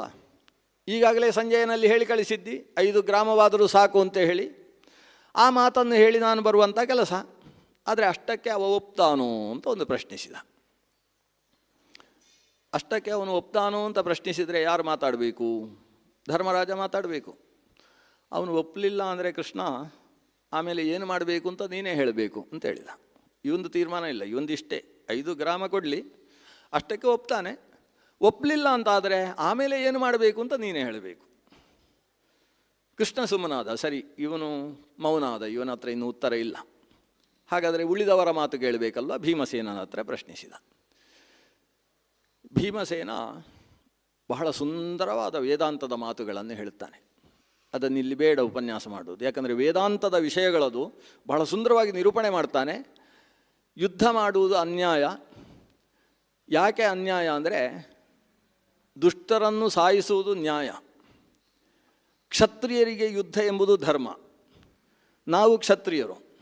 ತಪ್ಪು ಮಾಡಿದವರನ್ನು ಮತ್ತು ತಪ್ಪು ಮಾಡತಕ್ಕಂಥ ವ್ಯಕ್ತಿಗಳಿಗೆ ಸಹಕಾರ ಕೊಡ್ತಕ್ಕಂಥವರನ್ನು ಸಾಯಿಸುವುದು ಕ್ಷತ್ರಿಯನಿಗೆ ಧರ್ಮ. ಆದರೆ ಇವತ್ತು ಆ ಧರ್ಮವನ್ನು ನಾನೇನಾದರೂ ಅನುಷ್ಠಾನ ಮಾಡಿದೆ ಅಂತಾದರೆ ಅದರಿಂದ ಸಾಯುವುದು ನಮ್ಮ ಗುರುಗಳು, ನಮ್ಮ ಹಿರಿಯರು, ಜೊತೆಗೆ ನಮ್ಮ ತಮ್ಮಂದಿರು. ಇಷ್ಟೇ ಆದರೆ ತೊಂದರೆ ಇಲ್ಲ. ಆದರೆ ಅಲ್ಲಿ ಸತ್ತ ಹಾಗೆ ಇತ್ತವೂ ಸಾಯ್ತಾರೆ. ನಮಗೆ ಹೆಣ್ಣು ಕೊಟ್ಟಂತಹ ದ್ರುಪದ, ನಮ್ಮನ್ನು 1 ವರ್ಷ ಸಾಕಿರ್ತಕ್ಕಂತಹ ವಿರಾಟ ಮಹೋದಯ, ನಮ್ಮ ಸೋದರ ಮಾವನಾದಂತಹ ಆ ಕಡೆ ಇರತಕ್ಕಂಥ ಶಲ್ಯಭೂಪತಿ, ನಮ್ಮ ವಂಶದ ಹಿರಿಯರಾಗಿರ್ತಕ್ಕಂಥ ಬಾಲ್ಯಕ ಮಹಾರಾಜರು, ಅವರ ಮಗನಾದ ಸೋಮದತ್ತ, ಭೂರಿಶ್ರವಸ್ಸು ಮೊದಲಾದವರು, ಎಷ್ಟು ಜನ ಇದ್ದಾರೆ ಸಂಬಂಧಿಕರು, ಎಲ್ಲರೂ ಸಾಯುವ ಪ್ರಸಂಗ ಬಂದು ಹೋಗ್ತದೆ. ನಮ್ಮ ಪುಟ್ಟ ಪುಟ್ಟ ಮಕ್ಕಳು 5 ಜನ ಇದ್ದಾರೆ, ಅಭಿಮನ್ಯು ಇದ್ದಾನೆ. ಯಾರು ಉಳಿತಾರೆ ಯಾರು ಹೋಗ್ತಾರೆ ಅಂತ ಹೇಳಲಿಕ್ಕಾಗದೇ ಇರುವ ರೀತಿಯ ಇಂತಹ ಯುದ್ಧವನ್ನು ಮಾಡಿದರೆ ಕೊನೆಗೆ ಒಂದು ಅಪಕೀರ್ತಿ ನಮಗೆ ಉಳಿಯುತ್ತೆ. ಈ ಭೀಮನಿಂದಾಗಿ ಭರತ ವಂಶ ನಾಶವಾಯಿತು, ಮಹಾಭಾರತ ಆಗಿ ಹೋಯಿತು. ಮಹಾಭಾರತ ಅಂದ್ರೇನು? ಭರತ ವಂಶದ ನಾಶ. ಇದು ಭೀಮನಿಂದಾಗಿ ಆಯಿತು ಅಂತ ಬರ್ತದೆ. ಆದ್ದರಿಂದ ಬೇಡ ಕೃಷ್ಣ, ಅಣ್ಣ ಹೇಳಿದ ಹಾಗೆ ಆಗಲಿ. ಕೃಷ್ಣ ಒಂದು ಸಲ ನಗ್ತಾನೆ. ಮಾತಾಡ್ತಾ ಇರೋದು ಭೀಮ ಹೌದೋ ಅಂತ ಕೇಳ್ತಾನೆ. ಸ್ಪಷ್ಟವಾಗಿ ಕೇಳಿದೆ, ಇದು ಭೀಮ ಮಾತಾಡ್ತಾ ಇರೋದು. ಭೀಮಸೇನನು ಕೂಡ ಪುಟ್ಟದಾಗಿ ನಕ್ಕು ತಲೆ ತಗ್ಗಿಸ್ತಾನೆ. ಅಂದರೆ ಇದೊಂದು ವಿಚಿತ್ರವಾದ ವಾತಾವರಣವನ್ನು ವೇದವ್ಯಾಸರು ಇಲ್ಲಿ ನಿರ್ಮಾಣ ಮಾಡಿದ್ದಾರೆ. ಭೀಮಸೇನ ನಕ್ಕು ತಲೆ ತಗ್ಗಿಸ್ತಾನೆ ಅಂದರೆ ಏನರ್ಥ? ನಾನು ಸ್ವಲ್ಪ ನಾಟಕ ಮಾಡ್ತಾ ಇದ್ದೇನೆ ಕೃಷ್ಣ, ನಿಂಗೆ ಬಿಟ್ಟರೆ ಬೇರೆಯವರಿಗೆ ಅರ್ಥ ಆಗಲಾರದು ಅಂತ ಭೀಮಸೇನನ ಅಭಿಪ್ರಾಯ. ಕೃಷ್ಣ ಮುಂದೆ ಒಂದು ಅಧ್ಯಾಯ ಇದೆ ಕೃಷ್ಣನ ಮಾತು. ಅವ ಹೇಳ್ತಾನೆ, ಭೀಮಸೇನ, ಸ್ವಧರ್ಮ ಅಂದರೆ ಏನು ಅನ್ನೋದನ್ನು ನೀನೇ ಹೇಳಿದಿ. ಆ ಸ್ವಧರ್ಮಕ್ಕೆ ಇವರು ನಮ್ಮವರು, ಇನ್ನು ಇವರು ಪರರು ಅನ್ನುವ ವ್ಯವಸ್ಥೆ ಇದೆಯೇನು?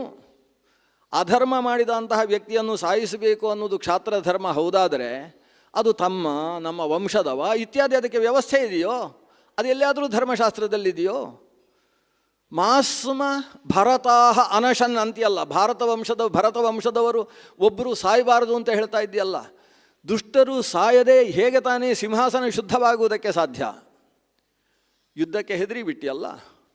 ಆ ಕಾಲದಲ್ಲಿ ಅಷ್ಟೆಲ್ಲ ಪ್ರತಿಜ್ಞೆಯನ್ನು ಮಾಡಿದವ. ಒಂದು ಸಂದರ್ಭದಲ್ಲಿ ಈ ನಿನ್ನ ಪತ್ನಿಯಾದಂತಹ ದ್ರೌಪದಿ ದೇವಿಯ ಕೇಶವನ್ನು ನಾನೇ ಕಟ್ಟಿಸ್ತೇನೆ ಅಂತ ಹೇಳಿರ್ತಕ್ಕಂಥವ ಇವತ್ತು ಯುದ್ಧಕ್ಕೆ ಬೆದರಿಬಿಟ್ಟು ಭೀಮಸೇನನೂ ಕೂಡ ಬೆದರಿದ. ಉತ್ತರದಲ್ಲಿ ಪೂರ್ವದಲ್ಲಿ ಉದಯಿಸಬೇಕಾದಂತಹ ಸೂರ್ಯ ಪಶ್ಚಿಮದಲ್ಲೆಲ್ಲ ಉತ್ತರದಲ್ಲಿ ಉದಯಿಸಿದ ಹಾಗೆ ಅನಿಸ್ತಾ ಇದೆ. ಪರ್ವತವು ಲಘುವಾಗಿ ನಮ್ಮ ತಲೆಯ ಮೇಲೆ ಹೊತ್ತುಕೊಂಡು ಹೋಗುವುದಕ್ಕೆ ಅವಕಾಶ ಕೊಟ್ಟ ಹಾಗೆ ಕಾಣಿಸ್ತಾ ಇದೆ. ಮೇಘಗಳೆಲ್ಲ ನೆಲದಲ್ಲಿ ಬಂದು ಆಕಾಶದಲ್ಲಿ ಭೂಮಿ ಇದ್ದ ಹಾಗೆ ಕಾಣಿಸ್ತಾ ಇದೆ. ಇದು ಏನು ಹೀಗಾಗಿ ಹೋಯಿತು ಅಂತ ಶ್ರೀಕೃಷ್ಣ ಒಂದು ಆಶ್ಚರ್ಯದ ಭಾವವನ್ನು ಅಭಿವ್ಯಕ್ತಿಗೊಳಿಸಿದ. ಆಗ ಭೀಮಸೇನ ಹೇಳ್ತಾನೆ, ಎದ್ದು ಹೇಳ್ತಾನೆ, ಕೃಷ್ಣ ಯುದ್ಧ ಮಾಡಬೇಕು, ಆದರೆ ಭರತ ವಂಶ ನಾಶ ಆಗಬಾರದು. ಭರತ ವಂಶದ ಕುಡಿಯಾದರೂ ಉಳಿಬೇಕು. ಧಾರ್ಮಿಕವಾದ ವ್ಯಕ್ತಿ ಸಿಂಹಾಸನದಲ್ಲಿ ಕೂಡುವ ಹಾಗಾಗಬೇಕು. ನಾವು ಯುದ್ಧವನ್ನು ಮಾಡಿ ಯುದ್ಧದಲ್ಲಿ ಪಂಚಪಾಂಡವರಲ್ಲಿ ಒಬ್ಬರಾದರೂ ವಿನಾಶವನ್ನು ಹೊಂದಿದರೆ ನಮ್ಮ ಧರ್ಮರಾಜ ಸಿಂಹಾಸನದಲ್ಲಿ ಕೂತುಕೊಳ್ಳುವುದಿಲ್ಲ. ಅಥವಾ ಯುದ್ಧದಲ್ಲಿ ಭೀಷ್ಮದ್ರೋಣಾದಿಗಳು ಹತರಾದರೂ ಕೂಡ ಧರ್ಮರಾಜನಿಗೆ ನೆಮ್ಮದಿ ಇರುವುದಿಲ್ಲ. ಧರ್ಮರಾಜನಿಗೆ ನೆಮ್ಮದಿ ಇಲ್ಲ ಅಂತೇಳಿ ನಾನು ಸಿಂಹಾಸನದಲ್ಲಿ ಕೂಡುವುದಕ್ಕೆ ಬರುವುದಿಲ್ಲ.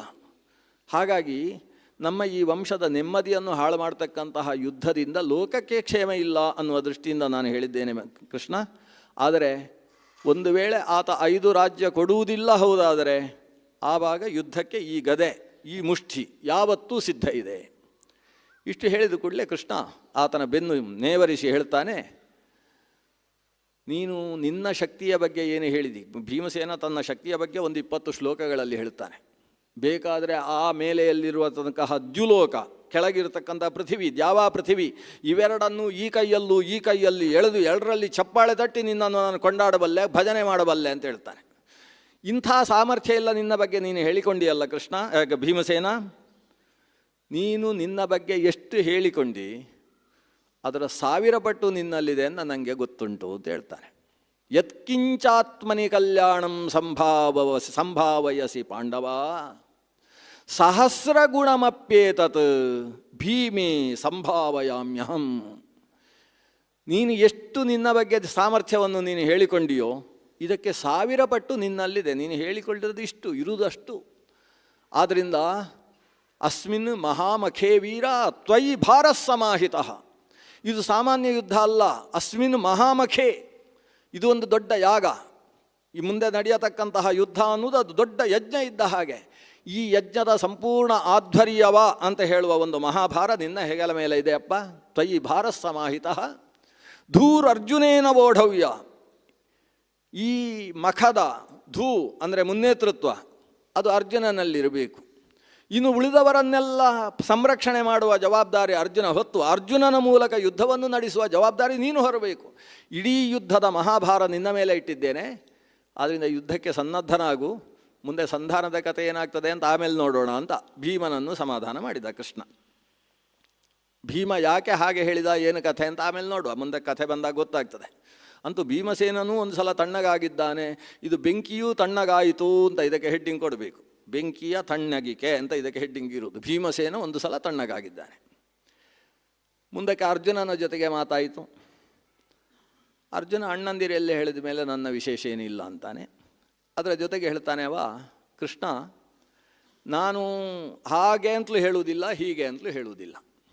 ಮತ್ತೆ ನೀನು ಹೋದ ಮೇಲೆ ಅಲ್ಲಿ ಏನಾಗ್ತದೆ ಅದಕ್ಕೆ ಸರಿಯಾಗಿ ನೀನು ತೀರ್ಮಾನ ತೆಗೋ. ನಿನ್ನ ತೀರ್ಮಾನ ನನ್ನ ತೀರ್ಮಾನ ಒಂದೇ. ಮುಂದಕ್ಕೆ ನಕುಲನಲ್ಲಿ ಪ್ರಶ್ನೆ ಬಂತು. ನಕುಲ ಮಾತಾಡಿದ. ನಕುಲ ಹೇಳಿದ, ಕೃಷ್ಣ ಏನು ಅಂತ ಹೇಳುವುದು? ಯಾಕಂದರೆ ನಾವು ಯಾವ ತೀರ್ಮಾನ ಮಾಡಿದರೂ ಕೂಡ ಅದು ಹಾಗೆ ನಡೆಯುವುದಿಲ್ಲ, ನಮ್ಗೆ ಗೊತ್ತು. ಯಾಕೆ ಅಂತೇಳಿದರೆ ನಾವು ಇಲ್ಲಿಯ ತನಕ ಈ ಸಿಂಹಾಸನದಲ್ಲಿ ಕೂತು ಇಂದ್ರಪ್ರಸ್ಥದಲ್ಲಿ ಆಳ್ವಿಕೆ ಮಾಡ್ತಾ ಇದ್ದವರು. ಆದರೆ ಇದ್ದಕ್ಕಿದ್ದ ಹಾಗೆ ಕಾಡಿಗೆ ಹೋಗಬೇಕಾದ ಪ್ರಸಂಗ ಬಂತು. ದೊಡ್ಡ ಅವಮಾನವನ್ನು ಸಭೆಯಲ್ಲಿ ಅನುಭವಿಸಬೇಕಾಯಿತು. ನಾವೇನು ನಿರೀಕ್ಷಿಸಿ ಮಾಡಿದ್ದಲ್ಲ, ಅದು ಆಗ್ತಾ ಹೋದದ್ದು. ಹಾಗಾದರೆ ಏನಾಗುತ್ತೋ ಅದು ಆಗುತ್ತೆ ಅಷ್ಟೇ. ನಾನು ಅದು ಆಗುತ್ತೆ ಇದಾಗಲಿ ಅಂತ ನಿನ್ನ ಹತ್ರ ಹೇಳುವಂಥದ್ದೇನಿದೆ? ಸಹದೇವನ ಹತ್ತಿರಕ್ಕೆ ಬಂತು. ಸಹದೇವ ಹೇಳ್ತಾನೆ, ಕೃಷ್ಣ ಯುದ್ಧ ಆಗಲೇಬೇಕು. ಒಂದು ದೃಢವಾದ ತೀರ್ಮಾನ, ಅದರಲ್ಲಿ ಪ್ರಶ್ನೆಯೇ ಇಲ್ಲ. ಅವರು ಅವತ್ತು ಮಾಡಿದ ಅಪಚಾರ ಇವತ್ತೂ ನನ್ನ ಕಣ್ಣ ಮುಂದೆ ಕಾಣಿಸ್ತಾ ಇದೆ. ನಮ್ಮ ಪತ್ನಿಯಾದಂತಹ ದ್ರೌಪದಿ ದೇವಿಗೆ ಆಗಿರತಕ್ಕಂತಹ ದುಷ್ಟಾಚಾರಗಳು, ಅದಕ್ಕೆ ಪ್ರತಿಯಾಗಿ ಯುದ್ಧ ನಡೆಯದೇ ಹೋದ ಪಕ್ಷದಲ್ಲಿ ನಾವು ದೇವರಿಗೆ ಅನ್ಯಾಯ ಮಾಡಿದ ಹಾಗೆ. ಆದ್ದರಿಂದ ಧರ್ಮರಾಜ ಬೇಕಾದರೆ ಮನೆಯಲ್ಲಿ ಕೂತುಕೊಳ್ಳಿ, ಭೀಮಾರ್ಜುನರೂ ಯುದ್ಧಕ್ಕೆ ಬರದೇ ಹೋದರೂ ತೊಂದರೆ ಇಲ್ಲ. ನಾನೊಬ್ಬ ಹೋಗಿ ನಾನು ಸಾಯುವುದೋ ಅವರು ಸಾಯುವುದೋ ಎರಡರಲ್ಲೊಂದು ತೀರ್ಮಾನ ಆಗಬೇಕು. ನೀನು ಮಾತ್ರ ಯುದ್ಧ ಬೇಡ ಅಂತ ಮಾಡಿಕೊಂಡು ಮಾತ್ರ ಬರಬೇಡ ಅಂತ ಸಹದೇವ ಸ್ಪಷ್ಟವಾಗಿ ನಿಖರವಾಗಿ ಹೇಳಿದ. ಇದಾದ ಮೇಲೆ ದ್ರೌಪದಿ ದೇವಿಯು ಅದೇ ಸಭೆಯಲ್ಲಿದ್ದಾಳೆ, ಕರೆದದ್ದಲ್ಲ, ದೊಡ್ಡ ಸಭೆ. ಆ ದೊಡ್ಡ ಸಭೆಯಲ್ಲಿ ನಕುಲ ಮಾತಾಡಿದ ಗುಳ್ಳೆ ಮಾತಾಡಿದವ ಸಾತ್ಯಕಿ, ಅರ್ಜುನನ ಪರಮ ಆಪ್ತನಾದಂತಹ ಶಿಷ್ಯ. ಆತ ನಕುಲ ಹೇಳಿದ ಮಾತನ್ನು ಕೇಳಿ ಚಪ್ಪಾಳೆ ತಟ್ಟಿ ತೊಡೆ ತಟ್ಟಿ ತಾನು ತನ್ನ ಜಲ್ಲಣವನ್ನು ಗಟ್ಟಿ ಕಟ್ಟಿಕೊಂಡು ಎದ್ದು ನಿಲ್ತಾನೆ, ಬಿಲ್ಲನ್ನು ಒಂದು ಸಲ ಝೇಂಕರಿಸ್ತಾನೆ. ಇಡೀ ಸಭೆಯಲ್ಲಿ ಸ್ವಲ್ಪ ಸ್ವಲ್ಪ ನಿದ್ದೆ ಮಾಡ್ತಾ ಇದ್ದವರು ಗಟ್ಟಿ ಕೂತ್ಕೊಳ್ತಾರೆ. ಓ, ಏನೋ ಈಗ ಒಂದು ಅದ್ಭುತ ಪ್ರದರ್ಶನ ಉಂಟು ಅಂತ ಎಲ್ಲರೂ ಸರಿಯಾದರು. ಎಲ್ಲರೂ ಕೈಯೆತ್ತಿ ಜಯಕಾರ ಹಾಕ್ತಾರೆ, ಯುದ್ಧವೇ ಸರಿ, ಯುದ್ಧವೇ ಸರಿ ಅಂತ. ಇಡೀ ಸಭೆ, 7 ಅಕ್ಷೌಹಿಣಿ ಸೈನ್ಯದ ಸಭೆ, ಅದು ಯುದ್ಧಕ್ಕೆ ಒತ್ತು ಕೊಡ್ತದೆ, ಯುದ್ಧವೇ ಆಗಬೇಕು. ಸಹದೇವ ಹೇಳಿದ್ದು ಸರಿ ಇದೆ. ಸಾತ್ಯಕಿಯೂ ಅದಕ್ಕೆ ಬೆಂಬಲ ಸೂಚಿಸಿದ್ದಾನೆ. ಸಾತ್ಯಕಿ ಅಂದರೆ ಮಹಾಶಕ್ತಿಶಾಲಿ. ಕೆಲವೊಂದು ಸಲ ಯುದ್ಧದಲ್ಲಿ ಸಾತ್ಯಕಿ ಕಾಣಿಸಿಕೊಂಡ ಅಂದರೆ ಅರ್ಜುನ ಬಂದದ್ದೋ ಸಾತ್ಯಕಿ ಬಂದದ್ದೋ ಅಂತ ಗೊತ್ತಾಗ್ತಾ ಇರಲಿಲ್ಲಂತೆ. ಅಂತಹ ಮಹಾಶಕ್ತಿಶಾಲಿ ಭಗವಂತ ಶ್ರೀಕೃಷ್ಣನ ಕೈಯಲ್ಲಿ ಅಧ್ಯಯನ ಮಾಡಿದ್ದಾನೆ, ಬಲರಾಮನಲ್ಲಿ ಓದಿದ್ದಾನೆ, ಅರ್ಜುನನತ್ರವೇ ಕೂತುಕೊಂಡು ತಾನು ಕಲಿತದ್ದರ ಬಗ್ಗೆ ಅಭ್ಯಾಸ ಮಾಡಿದ್ದಾನೆ. ಅಂತಹ ಶಕ್ತಿಶಾಲಿ, ಚಕ್ರವ್ಯೂಹವನ್ನು ಭೇದಿಸಬಲ್ಲೆ ಅಂತ ಹೇಳಿ ಎದ್ದು ನಿಂತಿರತಕ್ಕಂಥ ಶಕ್ತಿಶಾಲಿ ಸಾತ್ಯಕಿ. ಅವನ ಮಾತು, ಸಹದೇವನ ಮಾತು, ಇಬ್ಬರ ಮಾತು ಕೂಡ ಹೀಗೆ ಬಂದಾಗ ಶ್ರೀಕೃಷ್ಣ ದ್ರೌಪದಿ ದೇವಿಯ ಮುಖವನ್ನು ನೋಡ್ತಾನೆ. ದ್ರೌಪದಿ ದೇವಿ ಶಾಂತವಾಗಿದ್ದಾಳೆ. ಭೀಮಸೇನನೂ ಯುದ್ಧ ಮಾಡುವುದಿಲ್ಲ ಅಂತ ಹೇಳಿದಾಗ ಆಕೆಗೇನು ಅನಿಸಲಿಲ್ಲ. ಇವ್ರದ್ದೆಲ್ಲ ಹಾಗೆ, ಅಣ್ಣ ಹೇಳಿದ ಹಾಗೆ ತಮ್ಮ ಇವ್ರದ್ದು ನಡೀತಾ ಇರ್ತದೆ. ಆಗ ಈಗಿದ್ದ ಹಾಗೆ ಮುಂದಕ್ಕೆ ಇರುವುದಿಲ್ಲ ಅಂತ ಆಕೆಗೆ ಗೊತ್ತು. ಈ ಗಂಡಂದಿರು ಯಾರು ಹೇಗೆ ಅಂತ ಅವಳಿಗೆ ಜೀವನದಲ್ಲಿ ಅಭ್ಯಾಸ ಆಗೋಗಿದೆ. ಆದ್ದರಿಂದ ಅವಳು ಏನೂ ಟೆನ್ಷನ್ ಮಾಡಿಕೊಳ್ಳಿಲ್ಲ, ಶಾಂತವಾಗಿ ಕೂತಿದ್ದವಳು. ತಾನು ಕೃಷ್ಣ ಯಾವಾಗ ಆಕೆಯ ಮುಖ ನೋಡಿದ ಆವಾಗ ಮೊದಲು ಸಹದೇವನಿಗೆ, ಆಮೇಲೆ ಸಾತ್ಯಕಿಗೆ ಕೈ ಮುಗಿತಾಳಂತೆ. ಸಂಭಾವ್ಯ ಸಹದೇವಂಚ ಸಾತ್ಯಕಿಂಚ ಬಲೀಯಸಿ. ಅವರಿಬ್ಬರಿಗೂ ಕೂಡ ಸಂಭಾವನೆ, ನಾನು ನಿಮ್ಮ ಮಾತನ್ನು ಅನುಮೋದಿಸ್ತೇನೆ ಅಂತ ಹೇಳಿ ಅವರಿಬ್ಬರಿಗೂ ಕೂಡ ಕೈ ಮುಗಿದು, ಆಮೇಲೆ ಆಕೆ ಅಣ್ಣ ಅಂತ ತನ್ನ ಬಗ್ಗೆ ಕೃಷ್ಣನ ಮೇಲೆ ಒಂದು ರೀತಿಯಲ್ಲಿ ಸಖಿ ಭಾವ.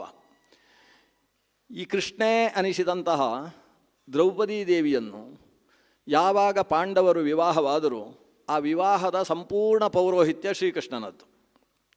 ವಿವಾಹದ ಹಿನ್ನೆಲೆಯಲ್ಲಿ ನಾವು ಆ ಕಾಲದಲ್ಲಿ ಆ ಕಥೆಯನ್ನು ಕೇಳಿದ್ದೇವೆ. ಕೃಷ್ಣನಿಂದಾಗಿ ಈ ಮದುವೆ ಆದದ್ದು. ಅಂತಹ ಕೃಷ್ಣ ಅವತ್ತು ಮದುವೆ ಮಾಡಿಸಿದವ. ಆಮೇಲೆ ಯಾವ ಕಷ್ಟ ಆಕೆಗೆ ಬಂದರೂ ಕೂಡ ಬೆನ್ನಿನಲ್ಲಿ ರಕ್ಷಣೆಯ ಸ್ವರೂಪದಲ್ಲಿ ಹಾ ಕೃಷ್ಣ ದ್ವಾರಕಾವಾಸಿನ್ ಅಂತ ಅವಳೊಂದು ಕೂಗು ಹಾಕಿದರೆ, ಗೋವಿಂದ ಅಂತ ಕರೆದರೆ ಅಲ್ಲಿ ಬಂದು ಸಂರಕ್ಷಣೆ ಕೊಡ್ತಕ್ಕಂತಹ ಕೆಲಸ ಮಾಡ್ತಾನೆ ಕೃಷ್ಣ. ಅಷ್ಟು ತನ್ನ ಭಕ್ತೆಯಾದಂತಹ ಸಾಕ್ಷಾತ್ ಭಾರತೀ ದೇವಿಯೇ ಮೂರ್ತಿವೆತ್ತು ಈ ಪ್ರಪಂಚದಲ್ಲಿ ಕಾಣಿಸಿಕೊಂಡಿರ್ತಕ್ಕಂತಹ ಪಂಚದೇವಿ ಸಮಾವಿಷ್ಟವಾದಂತಹ ಆ ದ್ರೌಪದಿಯ ಮೇಲೆ ಆ ಭಗವಂತನಿಗೆ ಅಷ್ಟೊಂದು ಪ್ರೀತಿ, ಅಷ್ಟೊಂದು ಸಖಿ ಭಾವ. ಅದನ್ನು ಆಕೆ ಹೇಳ್ತಾಳೆ, ಸ್ವಾಮಿ ಯುದ್ಧ ಬೇಡ ಅಂತ ಕೆಲವರು ಹೇಳ್ತಾರೆ, ನಮ್ಮ ಭೀಮಸೇನ ದೇವರು ಕೂಡ ಅಂತ ಕೈ ತೋರಿಸಿ ಹೇಳ್ತಾಳೆ. ಭೀಮಸೇನ ದೇವರು ಕೂಡ ಹೀಗೆ ಹೇಳ್ತಾರೆ, ಯುದ್ಧ ಬೇಡ ಅಂತ ಹೇಳ್ತಾರೆ. ನಾನೂ ಇದ್ದೇನೆ, ನೀನೂ ಇದ್ದಿ ಕೃಷ್ಣ. ನಾನು ದ್ರುಪದರಾಜನ ಮಗಳು. ಅವಳು ಹೇಳುವುದು ಒಂದು 7 ಕಾರಣಗಳನ್ನು ಹೇಳ್ತಾಳೆ. ನಾನು ದ್ರುಪದರಾಜನ ಮಗಳು. ಎಂತಹ ದ್ರುಪದ ರಾಜ? ಆ ಕಾಲದಲ್ಲಿ ಈ ದೇಶದಲ್ಲಿದ್ದ ಪ್ರತಿಯೊಬ್ಬ ರಾಜಕುಮಾರನೂ ಕೂಡ ನನಗೆ ದ್ರುಪದ ಮಾವ ಆಗಬೇಕು ಅಂತ ಬಯಸಿದ್ರಂತೆ. ಆ ಗುಟ್ಟು ಗೊತ್ತಾಗೋದೇ ಈಗ ನಮಗೆ. ದ್ರುಪದ ರಾಜ ಮಾವ ಆಗಬೇಕು, ದ್ರುಪದ ರಾಜನ ಮಗಳನ್ನು ಮದುವೆ ಆಗಬೇಕು ಅಂತ ಅವರಿಗೇನು ಇಷ್ಟ ಅಲ್ಲ ಅಂತೆ. ಯಾಕಂದರೆ ಅಂತಹ ದ್ರುಪದ, ಅವನನ್ನು ಮಾವ ಅಂತ ನಾವು ಪಡೆದರೆ ಅವನ ಮಗಳು ಬೇಕಾದರೆ ಕಾಗೆಯೂ ಆಗ್ಬೋದು, ಗುಬ್ಬಚ್ಚಿಯೂ ಆಗ್ಬೋದು, ಅದೇನು ಬೇಕಾದರೆ ಆಗಿರಲಿ, ಅಂತೂ ದ್ರುಪದನ ಮಗಳನ್ನು ನಾವು ಮದುವೆ ಆದ್ವಿ ಅಂತಾದರೆ ನಮಗೆ ದ್ರುಪದನ ಬಲ ಸಿಗ್ತದೆ. ಅದಕ್ಕಿಂತ ದೊಡ್ಡ ಗೌರವ ಏನಿದೆ ಪ್ರಪಂಚದಲ್ಲಿ ಅಂತ ಹೇಳುವಷ್ಟು ದೊಡ್ಡ ರಾಜ ದ್ರುಪದ. ಅಂತಹ ರಾಜ ದ್ರುಪದನ ಮಗಳು ನಾನು. ಅಗ್ನಿಸಂಭವನಾದಂತಹ ದೃಷ್ಟದ್ಯುಮ್ನನಿಗೆ ತಂಗಿ. ದೃಷ್ಟದ್ಯುಮ್ನ ಅಸಾಮಾನ್ಯ ಶೂರ. ನಾನೂ ಸ್ವತಃ ಮಾತಾಪಿತೃಗಳ ಶುಕ್ರಶೋಣಿತದ ಸಂಬಂಧವಿಲ್ಲದೆ ಸಾಕ್ಷಾತ್ ಅಗ್ನಿಪ್ರಭೆಯಿಂದ ಆವಿರ್ಭವಿಸಿರ್ತಕ್ಕಂತಹ ಯಾಜ್ಞಸೇನಿ ಅಂತ ಕರೆಸಿಕೊಂಡವಳು. ಒಂದು ಅಂಶ, 2ನೇ ಅಂಶ, 3ನೇ ಅಂಶ. ಇಷ್ಟು ಮಾತ್ರ ಅಲ್ಲ, ನನಗೆ ಪಂಚಮೇ ಪತಯಸ್ಸಂತಿ, ಪ್ರಪಂಚವನ್ನೆಲ್ಲ ನಡುಗಿಸಬಲ್ಲ 5 ಜನ ಲೋಕಪಾಲಕರಿಗೆ ಸದೃಶರಾಗಿರ್ತಕ್ಕಂತಹ ದೇವತಾ ಸದೃಶರಾದಂತಹ ಈ ವ್ಯಕ್ತಿಗಳ ಪತ್ನಿಯಾಗಿರ್ತಕ್ಕಂಥವಳು ನಾನು. ಇವೆಲ್ಲಕ್ಕೂ ಕಿರೀಟಪ್ರಾಯವಾಗಿ ಸಾಕ್ಷಾತ್ ಶ್ರೀಕೃಷ್ಣನ ಪರಮಸಖಿ, ಭವತಸ್ತು ಪರಾಸಖಿ ಅಂತಾಳೆ. ನಿನ್ನ ಪರಮಸಖಿಯಾಗಿರ್ತಕ್ಕಂಥವಳು. ಯಾವ ಹೊತ್ತಿಗೆ ಬೇಕಾದರೂ ಕೃಷ್ಣ ರಕ್ಷಣೆ ಕೊಡ್ತಾನೆ ಅಂತ ಪರರೆಲ್ಲ ಭಾವಿಸುವಷ್ಟು ಆಪ್ತಳಾಗಿರ್ತಕ್ಕಂಥ ಹೆಣ್ಣು ಮಗಳು. ಇಷ್ಟಲ್ಲದೆ ಆ ದುರ್ಯೋಧನನ ಪತ್ನಿಯಾದ ಭಾನುಮತಿಯಾಗಲಿ, ದುಶ್ಯಾಸನ ಪತ್ನಿಯಾಗಲಿ, ಇವರೆಲ್ಲ ಹೇಗೆ ಈ ಕುರುಕುಲದ ಸೊಸೆಯಂದಿರೋ ಅಷ್ಟೇ ಅರ್ಥದಲ್ಲಿ ನಾನೂ ಕೂಡ ಕುರುಕುಲದ ಸೊಸೆ. ಧೃತರಾಷ್ಟ್ರನಿಗೆ ಸೊಸೆಯಾಗಿದ್ದೇನೆ. ಸಾಕ್ಷಾತ್ ಭೀಷ್ಮಾಚಾರ್ಯರಿಗೂ ಅಷ್ಟೇ ನಿಕಟವಾದ ಸಂಬಂಧ. ಧೃತರಾಷ್ಟ್ರನಿಗೆ ಯಾವ ಸಂಬಂಧ ನನ್ನ ಜೊತೆಗೋ ಅದೇ ಸಂಬಂಧ ಭೀಷ್ಮಾಚಾರ್ಯರಿಗೂ ಕೂಡ ನನ್ನ ಜೊತೆಗೆ. ಯಾಕಂದರೆ ಭೀಷ್ಮಾಚಾರ್ಯ ಸಾಕ್ಷಾತ್ ಧೃತರಾಷ್ಟ್ರನಿಗೆ ಅಣ್ಣನಾಗಬೇಕಾದವ. ಅಂದರೆ ಇಂತಹ ಸ್ಥಿತಿ ನನಗಿರಬೇಕಾದರೆ ನನ್ನ ಪರಿಸ್ಥಿತಿ ಏನಾಗಿ ಹೋಗಿದೆ? ಆ ಸಭೆಯಲ್ಲಿ ಅಂಥ ಅವಮಾನ ಆಗಿ ಹೋಯಿತು ನೋಡು ಅಂತ ತನ್ನ ತಲೆ ಕೂದಲನ್ನು ಕೈಯ ಮೇಲೆ ಹಾಕಿಕೊಂಡು ಕೃಷ್ಣ ಹೀಗಿದೆ. ಆ ಸಂದರ್ಭದಲ್ಲಿ ಇದೇ ನನ್ನ ಪತಿದೇವನಾದಂತಹ ಭೀಮಸೇನ ಮಾತುಕೊಟ್ಟಿದ್ದ. ಇದರ ಜೊತೆಗೆ ಏನು ನಡೀತು ಅನಾಹುತ, ಇವರು ಯಾರೂ ಕೂಡ ಮುಂದೆ ಬರದೇ ಹೋದಾಗ ನೀನು ನನ್ನ ಮಾನ ರಕ್ಷಣೆ ಮಾಡಿದಿ. ಸಾಕ್ಷಾತ್ ಧೃತರಾಷ್ಟ್ರನೇ ಬೇಕಾದ ವರ ಕೇಳು ಅಂತ ಹೇಳಿದ. ನಾನು ಎಷ್ಟು ವರ ಕೇಳಿದೆ ಗೊತ್ತೋ, ಇವತ್ತು ನೆನಪಿಸಿಕೊಳ್ತಾ ಇದ್ದೇನೆ. ಸಾಯುಧರಾಗಿ ಸವಸ್ತ್ರರಾಗಿ ನನ್ನ ಈ 5 ಜನ ಪತಿಯರನ್ನು ಬಿಡುಗಡೆಗೊಳಿಸು ಅಂತ ಒಂದು ವರ ಕೇಳಿದೆ. ಮತ್ತೆ ವರ ಕೇಳು ಅಂತ ಹೇಳಿದರೆ ನಾನು ವರ ಕೇಳಲಿಲ್ಲ. ಆಮೇಲೆ ಅವನಾಗಿಯೇ ಕೊಟ್ಟ ಉಡುಗೊರೆಗಳು, ರಾಜ್ಯವನ್ನು ತಗೊಳ್ಳಿ, ನೀವು ಅಲ್ಲಿಗೆ ಹೋಗಿ ಅಂತ ಹೇಳಿದ್ದೆ ಹೊರತು ನಾನು ಬೇರೆ ವರ ಕೇಳಲಿಲ್ಲ. ಕಾರಣ ಏನು ಅಂತೇಳಿದರೆ, ಇವರು ಮಾಡಿದಂತಹ ಪ್ರತಿಜ್ಞೆಯನ್ನು ಈಡೇರಿಸುವುದಕ್ಕೆ ಇಷ್ಟ ಆದರೆ ಸಾಕು. ಅವರಲ್ಲಿದ್ದ ಬಂಧನ, ಧರ್ಮದ ಒಂದು ಕಟ್ಟಿನಿಂದ ಸಿಕ್ಕಿಕೊಂಡಿದ್ದೇವೆ ಅಂತ ಅವರು ಅಂದುಕೊಂಡಿದ್ದಾರಲ್ಲ, ಅದನ್ನು ಬಿಡಿಸಿದರೆ, ದಾಸ್ಯ ಬಂಧನವನ್ನು ಬಿಡಿಸಿತು ಅಂತಾದರೆ ಬೇಕಾದ್ದು ಕೊಡಬಲ್ಲಂತಹ ಮಹಾಶಕ್ತಿ ಪತಿದೇವರಲ್ಲಿದೆ ಅಂತ ತೀರ್ಮಾನಿಸಿ ನಾನು ಅಷ್ಟನ್ನು ಮಾತ್ರ ಕೇಳಿದ್ದೆ. ಆದರೆ ಇವತ್ತು ಆ ಪತಿಯರು ಮತ್ತೆ ಬಂಧನಕ್ಕೆ ಸಿಕ್ಕಿ ಹಾಕಿಕೊಂಡಿದ್ದಾರೆ. ನಿನ್ನನ್ನು ಬಿಟ್ಟರೆ ಮತ್ತೆ ಯಾರು ರಕ್ಷಕರು ಸ್ವಾಮಿ? ಅವತ್ತು ನೀನು ಅವತ್ತು ರಕ್ಷಣೆ ಕೊಟ್ಟು ಇವತ್ತು ನೀನೇ ರಕ್ಷಣೆ ಕೊಡಬೇಕು ಅಂತ ಈ ತಾಯಿ ಕೃಷ್ಣನ ಮುಂದೆ ಮಾತಾಡಿದರೆ, ಕೃಷ್ಣ ಆಕೆಯ ಕಣ್ಣೀರು ಒರೆಸು, ನೀನು ನಿನ್ನ ಒಂದೊಂದು ಕಣ್ಣೀರು ಭೂಮಿಗೆ ಬಿತ್ತು ಅಂತಾದರೆ ಅಲ್ಲಿ ಇದ್ದವರದೆಲ್ಲ ರಕ್ತ ನೆಲಕ್ಕೆ ಬೀಳ್ತದೆ. ಪತಿವ್ರತೆಯಾದಂತಹ ನೀನು ಕಣ್ಣೀರು ಹಾಕಬಾರ್ದು ಅಂತ ಆಕೆಗೆ ಸಮಾಧಾನ ಮಾಡಿ, ಯೋಚಿಸಬೇಡ, ನೀನು ಯಾರ ಮೇಲೆ ಇಷ್ಟು ಅನರ್ಥ ಮಾಡಿದ್ದಾರೆ ಅಂತ ಹೇಳ್ತಾ ಇದೆಯೋ ಅಂಥವರ ಪತ್ನಿಯರೆಲ್ಲ ತಲೆ ಬಿರುಕು ಹಾಕಿಕೊಂಡು ಕಣ್ಣೀರಿನಿಂದ ಭೂಮಿಯನ್ನು ತೊಯಿಸುವಂತಹ ಪ್ರಸಂಗವನ್ನು ನಾನೇ ನಿನಗೆ ಕಣ್ಣಾರೆ ತೋರಿಸ್ತೇನೆ ಅಂತ ಆಕೆಗೆ ಮಾತು ಕೊಟ್ಟು ಆಕೆಯನ್ನೂ ಸಂತೈಸಿ ಕೃಷ್ಣ ಹೇಳ್ತಾನೆ, ಈಗ ಸಂಧಿಯೋ ಯುದ್ಧವೋ ಎರಡರಲ್ಲಿ ಒಂದು ಏನಾಗ್ತದೆ ಅದನ್ನು ತೀರ್ಮಾನಿಸುವುದಕ್ಕೆ ನಾನು ಹೋಗುವುದು. ನಾನು ಸಂಧಾನಕ್ಕೋಸ್ಕರ ಹೋಗುವುದಲ್ಲ, ಸಂಧಾನದ ಪ್ರಯತ್ನವನ್ನು ಮಾಡುವುದು. ಇದರಲ್ಲಿ ನೀನೇ ಹೇಳಿದ ಹಾಗೆ 5 ಗ್ರಾಮವನ್ನು ನಾನು ಕೇಳ್ತೇನೆ, ಅದಕ್ಕೆ ಅವರ ಉತ್ತರ ಏನಿರ್ತದೆ ಅದರ ಮೇಲೆ ಮುಂದೆ ಏನಾಗ್ತದೆ ಅದಕ್ಕೆಲ್ಲ ಒಪ್ಪಿಕೊಳ್ಳಬೇಕು ಅಂತ ಇಷ್ಟು ನಿರ್ದೇಶನ ಕೊಟ್ಟು ತಾನು ಹೊರಟ. ದಾರುಕನಿಗೆ ಆದೇಶಿಸಿದ. ಶೈಬ್ಯ ಮೊದಲಾದ 4 ಕುದುರೆಗಳನ್ನು ದಾರುಕ ಕಟ್ಟಿ ಸಿದ್ಧಗೊಳಿಸಿದಂತಹ ರಥ. ಸಾತ್ಯಕಿಯೂ ಕೂಡ ಕೃಷ್ಣನ ಜೊತೆಗಿದ್ದಾನೆ. ಕೃಷ್ಣ ಸಾತ್ಯಕಿಗೆ ಹೇಳಿದ, ನೀನು ನನ್ನ ಜೊತೆಗೆ ಬಾ, ಯಾಕಂದರೆ ನಾವು ಹೋಗ್ತಾ ಇರುವುದು ಶತ್ರುಗಳ ಊರಿಗೆ, ಅಲ್ಲಿದ್ದವರೆಲ್ಲ ಒಳ್ಳೆಯವರಲ್ಲ, ದೂತರನ್ನೂ ಹೊಡೆದು ಹಾಕಿ ಬಂಧನ ಮಾಡುವಂತಹ ವ್ಯಕ್ತಿಗಳು ಅಲ್ಲಿದ್ದಾರೆ. ಆದ್ದರಿಂದ ರಥದಲ್ಲಿ ನನ್ನ ಸುದರ್ಶನ ಚಕ್ರ, ನನ್ನ ಶಂಖ, ನನ್ನ ಗದೆ ಎಲ್ಲ ರಥದಲ್ಲಿ ಹಾಕ್ಕೊಂಡಿರು, ಬೇಕಾಗ್ತದೆ. ಬಿಲ್ಲು ಮತ್ತು ಬಾಣಗಳನ್ನು ಕೂಡ ರಥದಲ್ಲಿ ಪೇರಿಸು, ನೀನು ಜೊತೆಗೆ ಬರುವುದಕ್ಕೆ ಸನ್ನದ್ಧ ಆಗು ಅಂತ ಸಾತ್ಯಕಿಯನ್ನು ಸಿದ್ಧಪಡಿಸ್ತಾನೆ. ಶ್ರೀಕೃಷ್ಣ ರಥದಲ್ಲಿ ಸಾತ್ಯಕಿಯ ಜೊತೆಗೆ ಏರಿ ನಿಂತಾಗ ದೃಪದಾದಿಗಳು ಕೂಡ ಅವನ ಜೊತೆಗೆ ಬರ್ತಾರೆ, ಪಂಚಪಾಂಡವರೂ ಜೊತೆಗೆ ಬರ್ತಾರೆ, ದ್ರೌಪದಿ ದೇವಿಯೂ ಜೊತೆಗೆ ಬರ್ತಾರೆ. ಜೊತೆಗೆ ಸುಮಾರು 2 ಯೋಜನದಷ್ಟು ದೂರಕ್ಕೆ ಬಂದ ಮೇಲೆ ಕೃಷ್ಣನನ್ನು ಅಲ್ಲಿಂದ ಕಳಿಸಿಕೊಡುವಂತಹ ಆಲೋಚನೆ. ಅಲ್ಲೊಂದು ಮತ್ತೆ ಸಭೆ ನಡೀತದೆ. ಆ ಸಭೆಯಲ್ಲಿ ಧರ್ಮರಾಜ ಮತ್ತೆ ಹೇಳ್ತಾನೆ, ನನ್ನ ತಾಯಿಯನ್ನು ಸಂತೈಸು, ಆಕೆ ಕಣ್ಣೀರು ಹಾಕಬಾರ್ದು, ಕುಂತಿಯನ್ನೇ ಮೊದಲು ನೀನು ದರ್ಶನ ಮಾಡಬೇಕು ಅಂತ ಮತ್ತೊಂದು ಬಾರಿ ಹೇಳ್ತಾನೆ. ಯುದ್ಧ ಆಗದೇ ಇರುವುದಕ್ಕೆ ಪ್ರಯತ್ನ ಪಡು ಅಂತ ಮತ್ತೊಮ್ಮೆ ನೆನಪು ಮಾಡ್ತಾನೆ. ಭೀಷ್ಮ ದ್ರೋಣಾದಿಗಳೆಲ್ಲ ನಮ್ಮ ಕುಶಲವನ್ನು ತಿಳಿಸು ಅಂತ ಹೇಳ್ತಾನೆ. ವಿದುರನಿಗೆ ನನ್ನ ದೊಡ್ಡ ನಮಸ್ಕಾರ ಹೇಳು ಅಂತ ಹೇಳ್ತಾನೆ. ಎಲ್ಲರನ್ನೂ ನೆನೆಸಿಕೊಂಡು ತನ್ನ ಕುಶಲ ವಾರ್ತೆಯನ್ನು ಅಲ್ಲಿ ತಲುಪಿಸುವ ಉದ್ದೇಶವನ್ನು ಕೂಡ ಆತನಿಗೆ ಹೇಳಿ ಕೃಷ್ಣನನ್ನು ಪಾಂಡವರು ಒಟ್ಟಿಗೆ ಕಳಿಸಿಕೊಡ್ತಾರೆ. ಕೃಷ್ಣ ಶರವೇಗದಿಂದ ರಥವನ್ನು ದಾರುಕ ಹೊಡೆದಿದ್ದಾನೆ. ರಥ ಹೋಗ್ತಾ ಇರಬೇಕಾದ್ರೆ ಅನೇಕ ವಿಪ್ರರು ಕಾಣಿಸಿದ್ರಂತೆ. ಅವರನ್ನೂ ಹಿಂದೆ ಹಾಕಿ ಮುಂದಕ್ಕೆ ರಥ ಸಾಗಿತು. ಕೃಷ್ಣ ನೋಡ್ತಾನೆ, ಇದು ಅಸಾಮಾನ್ಯರಾದ ತೇಜಸ್ವಿಗಳು, ಇವರು ಯಾಕೆ ಈ ಮಾರ್ಗದಲ್ಲಿ ಹೀಗೆ ನಡ್ಕೊಂಡು ಗುಂಪು ಕಟ್ಟಿ ಹೋಗ್ತಾ ಇದ್ದಾರೆ, ಎಲ್ಲಿಯಾದರೂ ಜಾತ್ರೆ ಗೀತ್ರೆ ಏನಾದರೂ ನಡೀತಾ ಇದೆಯೋ ಅಂತ ಕೃಷ್ಣನ ಆಲೋಚನೆ. ರಥ ನಿಲ್ಲಿಸುವುದಕ್ಕೆ ಹೇಳಿದ. ಕೃಷ್ಣ ರಥದಿಂದ ಇಳಿದಾಗ ಈ ಋಷಿಗಳು ವೇಗವಾಗಿ ಬಂದರು.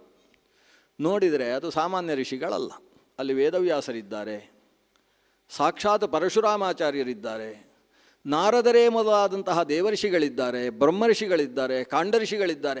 ಎಲ್ಲ ಥರದ ಋಷಿಗಳು ಕೂಡ ಸಮುದಾಯದಲ್ಲಿ ಸಾಗಿದ್ದಾರೆ. ಯಾಕೆ, ಏನು ಕಥೆ ಅಂತ ಒಂದು ಪ್ರಶ್ನೆ ನಡೀತದೆ.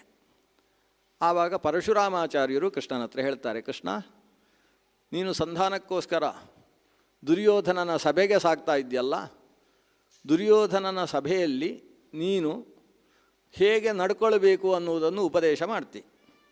ಆವಾಗ ದುರ್ಯೋಧನ ಪ್ರಭೃತಿಗಳು ಅದಕ್ಕೆ ಯಾವ ರೀತಿಯಲ್ಲಿ ಪ್ರತಿಕ್ರಿಯಿಸ್ತಾರೆ ಅನ್ನುವುದನ್ನು ನಾವೆಲ್ಲ ನೋಡಬೇಕು ಅಂತ ಬಯಸಿದ್ದೇವೆ. ಆದ್ದರಿಂದ ನಾವು ಸಭೆಗೆ ಹೊರಟದ್ದು, ಹೆಚ್ಚು ವೇಗವಾಗಿ ಹೋಗಬೇಡ, ನೀನು ಹೋಗುವುದರೊಳಗೆ ನಾವು ಕೂಡ ಅಲ್ಲಿ ತಲುಪಬೇಕು ಅಂತ ಹೇಳಿದರು. ಏನು ಮಾಡಬೇಕು ಈಗ ಕೃಷ್ಣ, ಇವರನ್ನೆಲ್ಲ ರಥದಲ್ಲಿ ಕೂಡಿಸಿಕೊಂಡು ಹೋಗಬೇಕು ಅಥವಾ ನೀವು ಹೋಗುವ ಅಲ್ಲೇ ತನಕ ನಾನು ಮೆಲ್ಲಕ್ಕೆ ಬರ್ತೇನೆ ಅಂತ ಹೇಳಬೇಕು?